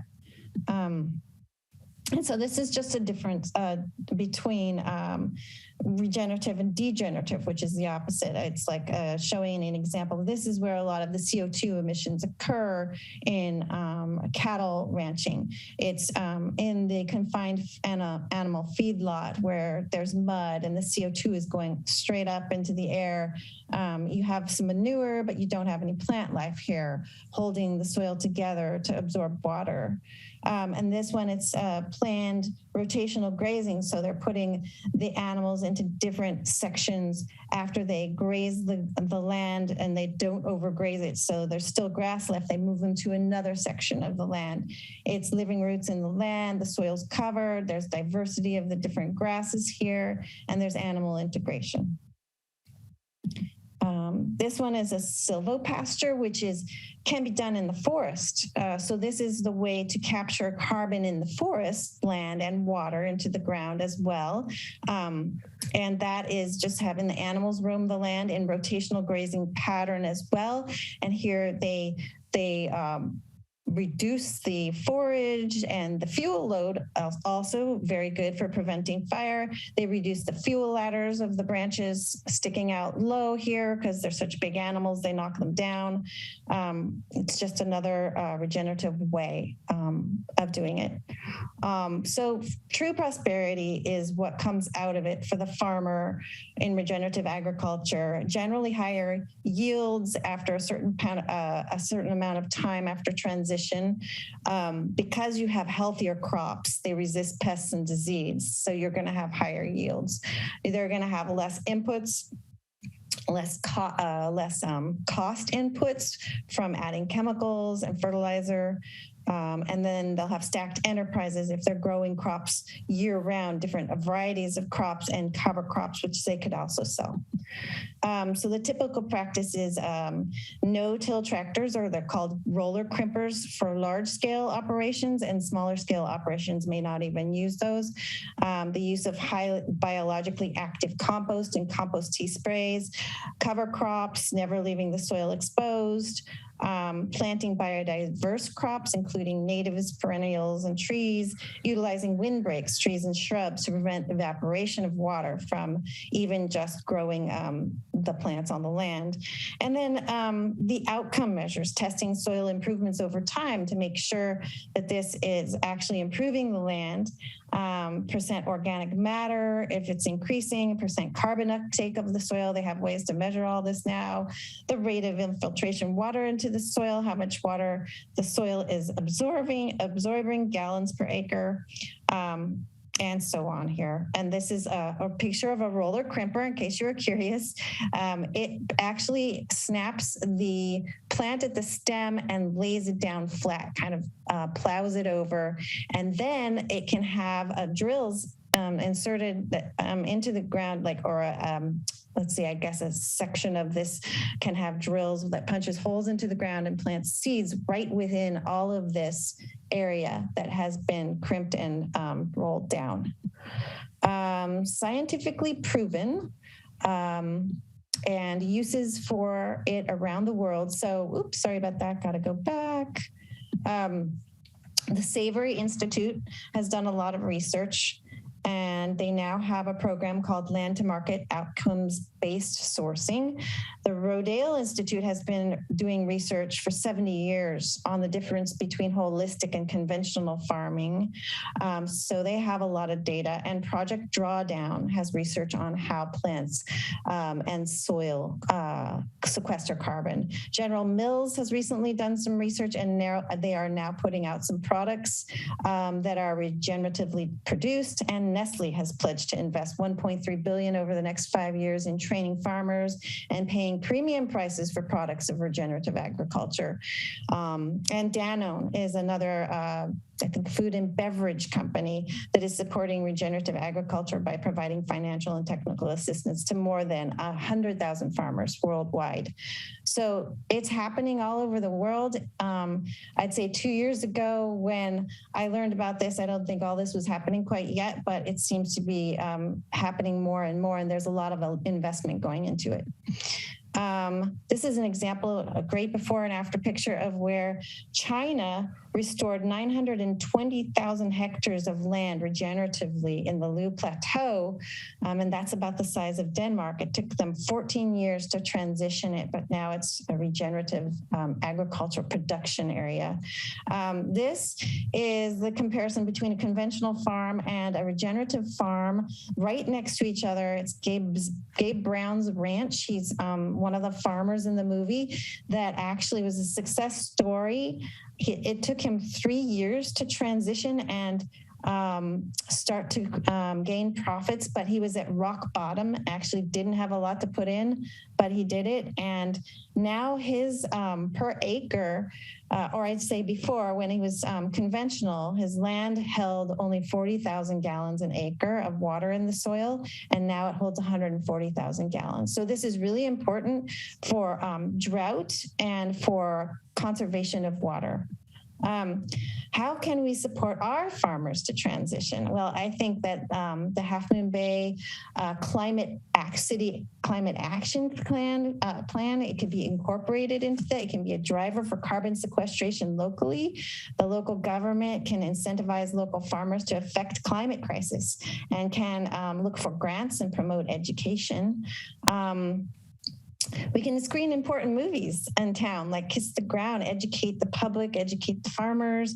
And we need to understand the barriers that farmers have to transitioning that are quite understandable, the costs associated with it, the pressures from the companies that come to the land and to their land and have to, are trying to sell them the chemicals, the peer pressure they deal with.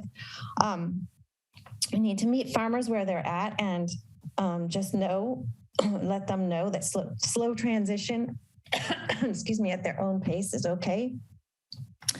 City meetings, maybe to offer educational incentives, and then the city could help promote, local regenerative farmers and ranchers that are already successful and that are here.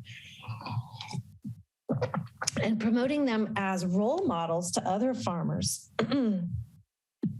in our town. So going on to support, we could have workshops on regenerative agriculture, business and marketing. We can connect farmers to resources for scholarships, discounts, loans, discounted insurance. There's all of this stuff available now. And even these organizations here, Kiss the Ground, Rodale Institute, the Soil Health Institute, they all offer farmer scholarships, consulting, and classes on regenerative agriculture. And lastly, I just want to say that not only could we incorporate this into for farming into the climate action plan, carbon sequestration can be a part of how the city handles increased carbon capture on all of the land around us, including our forests, parks, school campuses, and other public lands and private lands. And then there's an example of how this has been done. Kiss the Ground actually made a proposal to and a motion to regenerate LA is what it was called. And they worked with their compost sanitary companies and the LA parks to work with carbon sequestration on the land within the city of LA. And I think that is it. So, this is the last one. These are our local regenerative farmers and ranchers. Markagard grass-fed, Left Coast grass-fed at Tomcat Ranch. Some of these are also full regenerative and some of them are transitional. I think these 3 are transitional, and the mushroom farms full regenerative. And this is also a learning center. They're starting an education center for people to come and look and learn about how regenerative farming works. And then we have our local government organizations that are supporting us and can support the city. The San Mateo County RCD, Resources Conservation District, already has somebody going out to some of our local farms and private lands and talking to them about how they can sequester more carbon in the soil. The NRCS, which is the National Conservation Resources Services, has a program called EQUIP, Environmental Quality Incentives Program, that offers financial and technical assistance to farmers to improve the health of the land.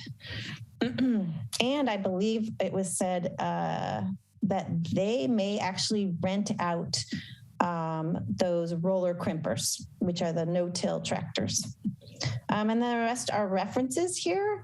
And I'm gonna just leave it at that and see if anybody wants to discuss or has any questions for me about any of this. Is it brand new information or have you heard it before? So yeah, let me know. I'd love to have some discussion about this and answer any questions.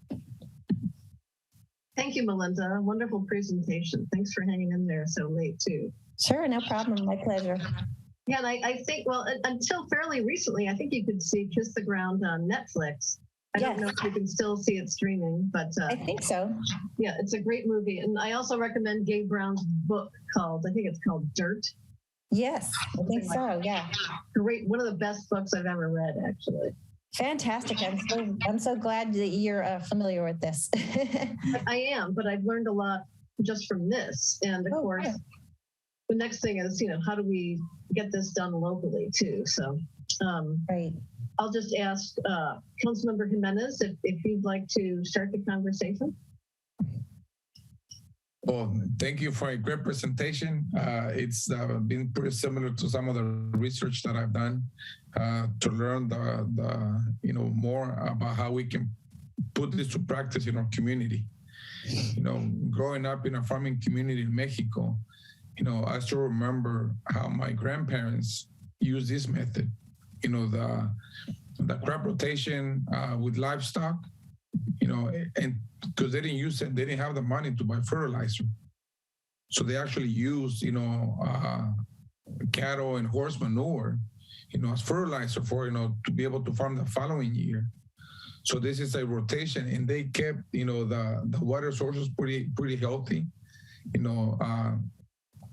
and now that I'm, older, just learning the language, because back then I knew the practice, but now I didn't know the language, what is known to be right now.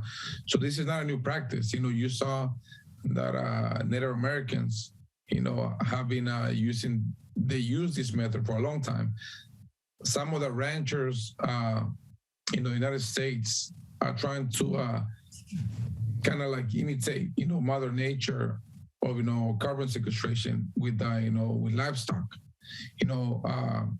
A small amount, a small area with large cattle, goats, sheep, going into certain areas and rotating them throughout the day. So they don't kill the soil. They actually regenerating the soil. So it's something like I said. There's some farms in the coast that are actually practicing this. There's a new organization in our community in Half Moon Bay that's going to be implementing this same method. There's going to be part of an education, opportunity for farm workers, but also at the same time education for the rest of our community. Some of the research that I did, how everything started, was thinking about farm workers, giving them the opportunity to become our future farmers. The income of a farm worker, average income, is about $25,000 a year. If you actually have the opportunity to farm in an acre, 2 acre land with a crop rotation, actually you can make about $60,000 a year. So that's almost double the income that you can generate by actually farming in that small amount when you put to practice crop rotation. So small farming, for many years has been always, say, if you want to make income, farming, you have to go, large amounts, 50, 100, 200 acres. Not necessarily, even like a quarter of an acre. Easily, when farming a quarter of an acre, you can actually feed a family of 5 and still make income from a quarter of an acre. So it's sustainable. When putting these practices, the livestock, right now, I don't know if you know, a lot of people are actually interested in, in raising their own chickens, for eggs. But at the same time, they're being used, the chicken manure, to actually go into the soil as fertilizer. So these practices, in a small scale, are to a benefit. When you put it to a large scale, it's larger scale. Even more benefit to the environment. In the coast, the San Mateo coast is putting this to practice. So like Belinda says, it's about supporting our local, farmers or local farms who are putting this, these methods to practice. The ones that are generating, regenerating the soil, because we need a living soil. In this, there's actually ways you can test about how fast, the water, drains into the soil. The easy test you can do. It's really simple, and you can tell if you have good soil, what kind of soil do you have. And we have people that know about our soils in the coast, about our farmers, about that we need to be educating more our community on this. So presentations like this, we need more of, especially when we talk about climate change. And for me, it's been a great experience to be able to learn more as I go, something that could benefit our community.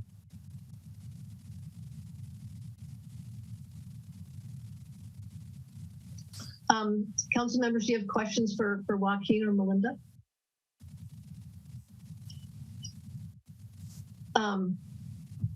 So I would just like to say, so we're going to be getting a draft climate action plan, I guess, in April or May.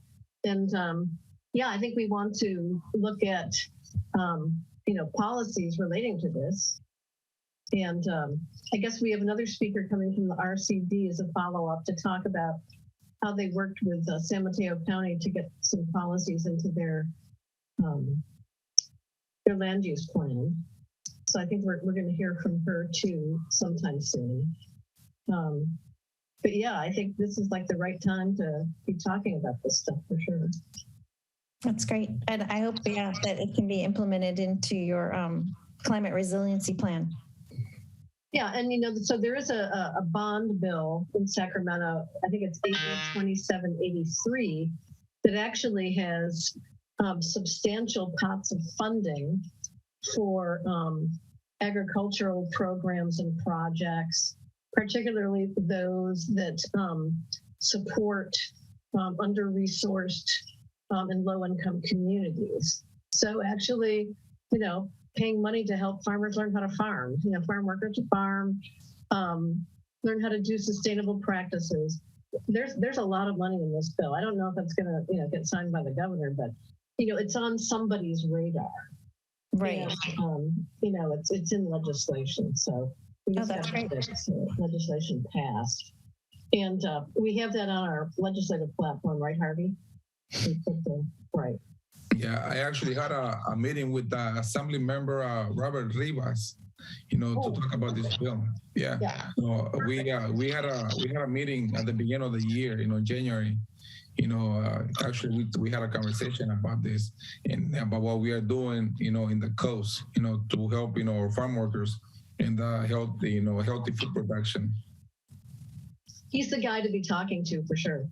I met him already several times. Yeah, he's very cool. And he's also now on the legislative oversight board for the Coastal Conservancy. So he's there because he's interested in funding for agriculture. So if we can get the bond bill passed and then talk to Rivas and get some grants, you know, could be pretty cool. What do you think about hosting the movies for the town, like Kiss the Ground? Well, I actually saw Kiss the Ground at the library. Oh, cool. Yeah, so it was just before the COVID shutdown. Okay. And also the Master Gardener showed it at one point too. Oh, good. Okay.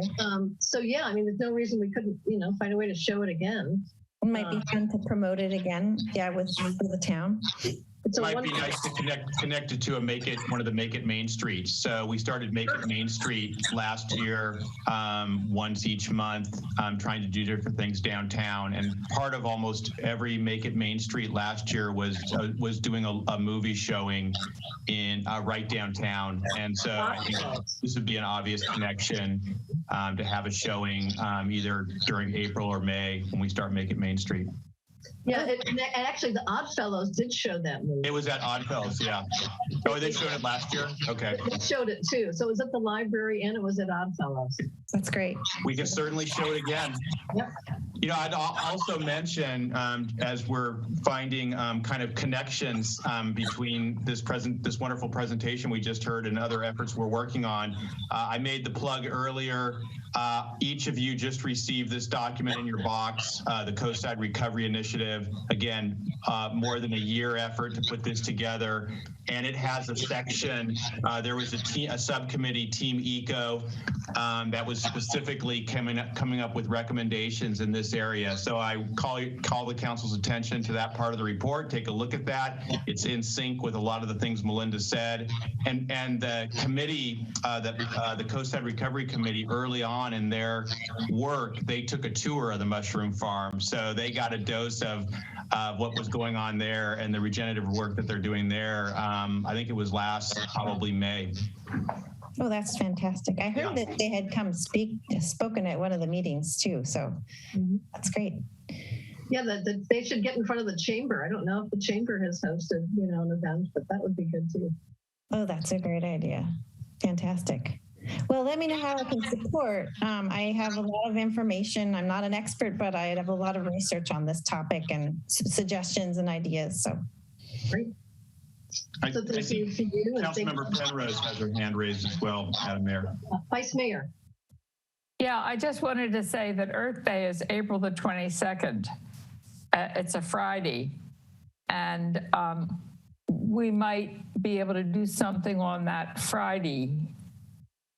And the Make It Main Street is the third Thursday or the fourth Thursday? Yeah, I can't remember. And I don't see Matthew. Thursday. Oh, there he is. The first Thursday. So that doesn't. He's still here. It's a week away, but still, it is coming up, Earth Day, and that. We certainly have some opportunities for sure. Yeah. That's great.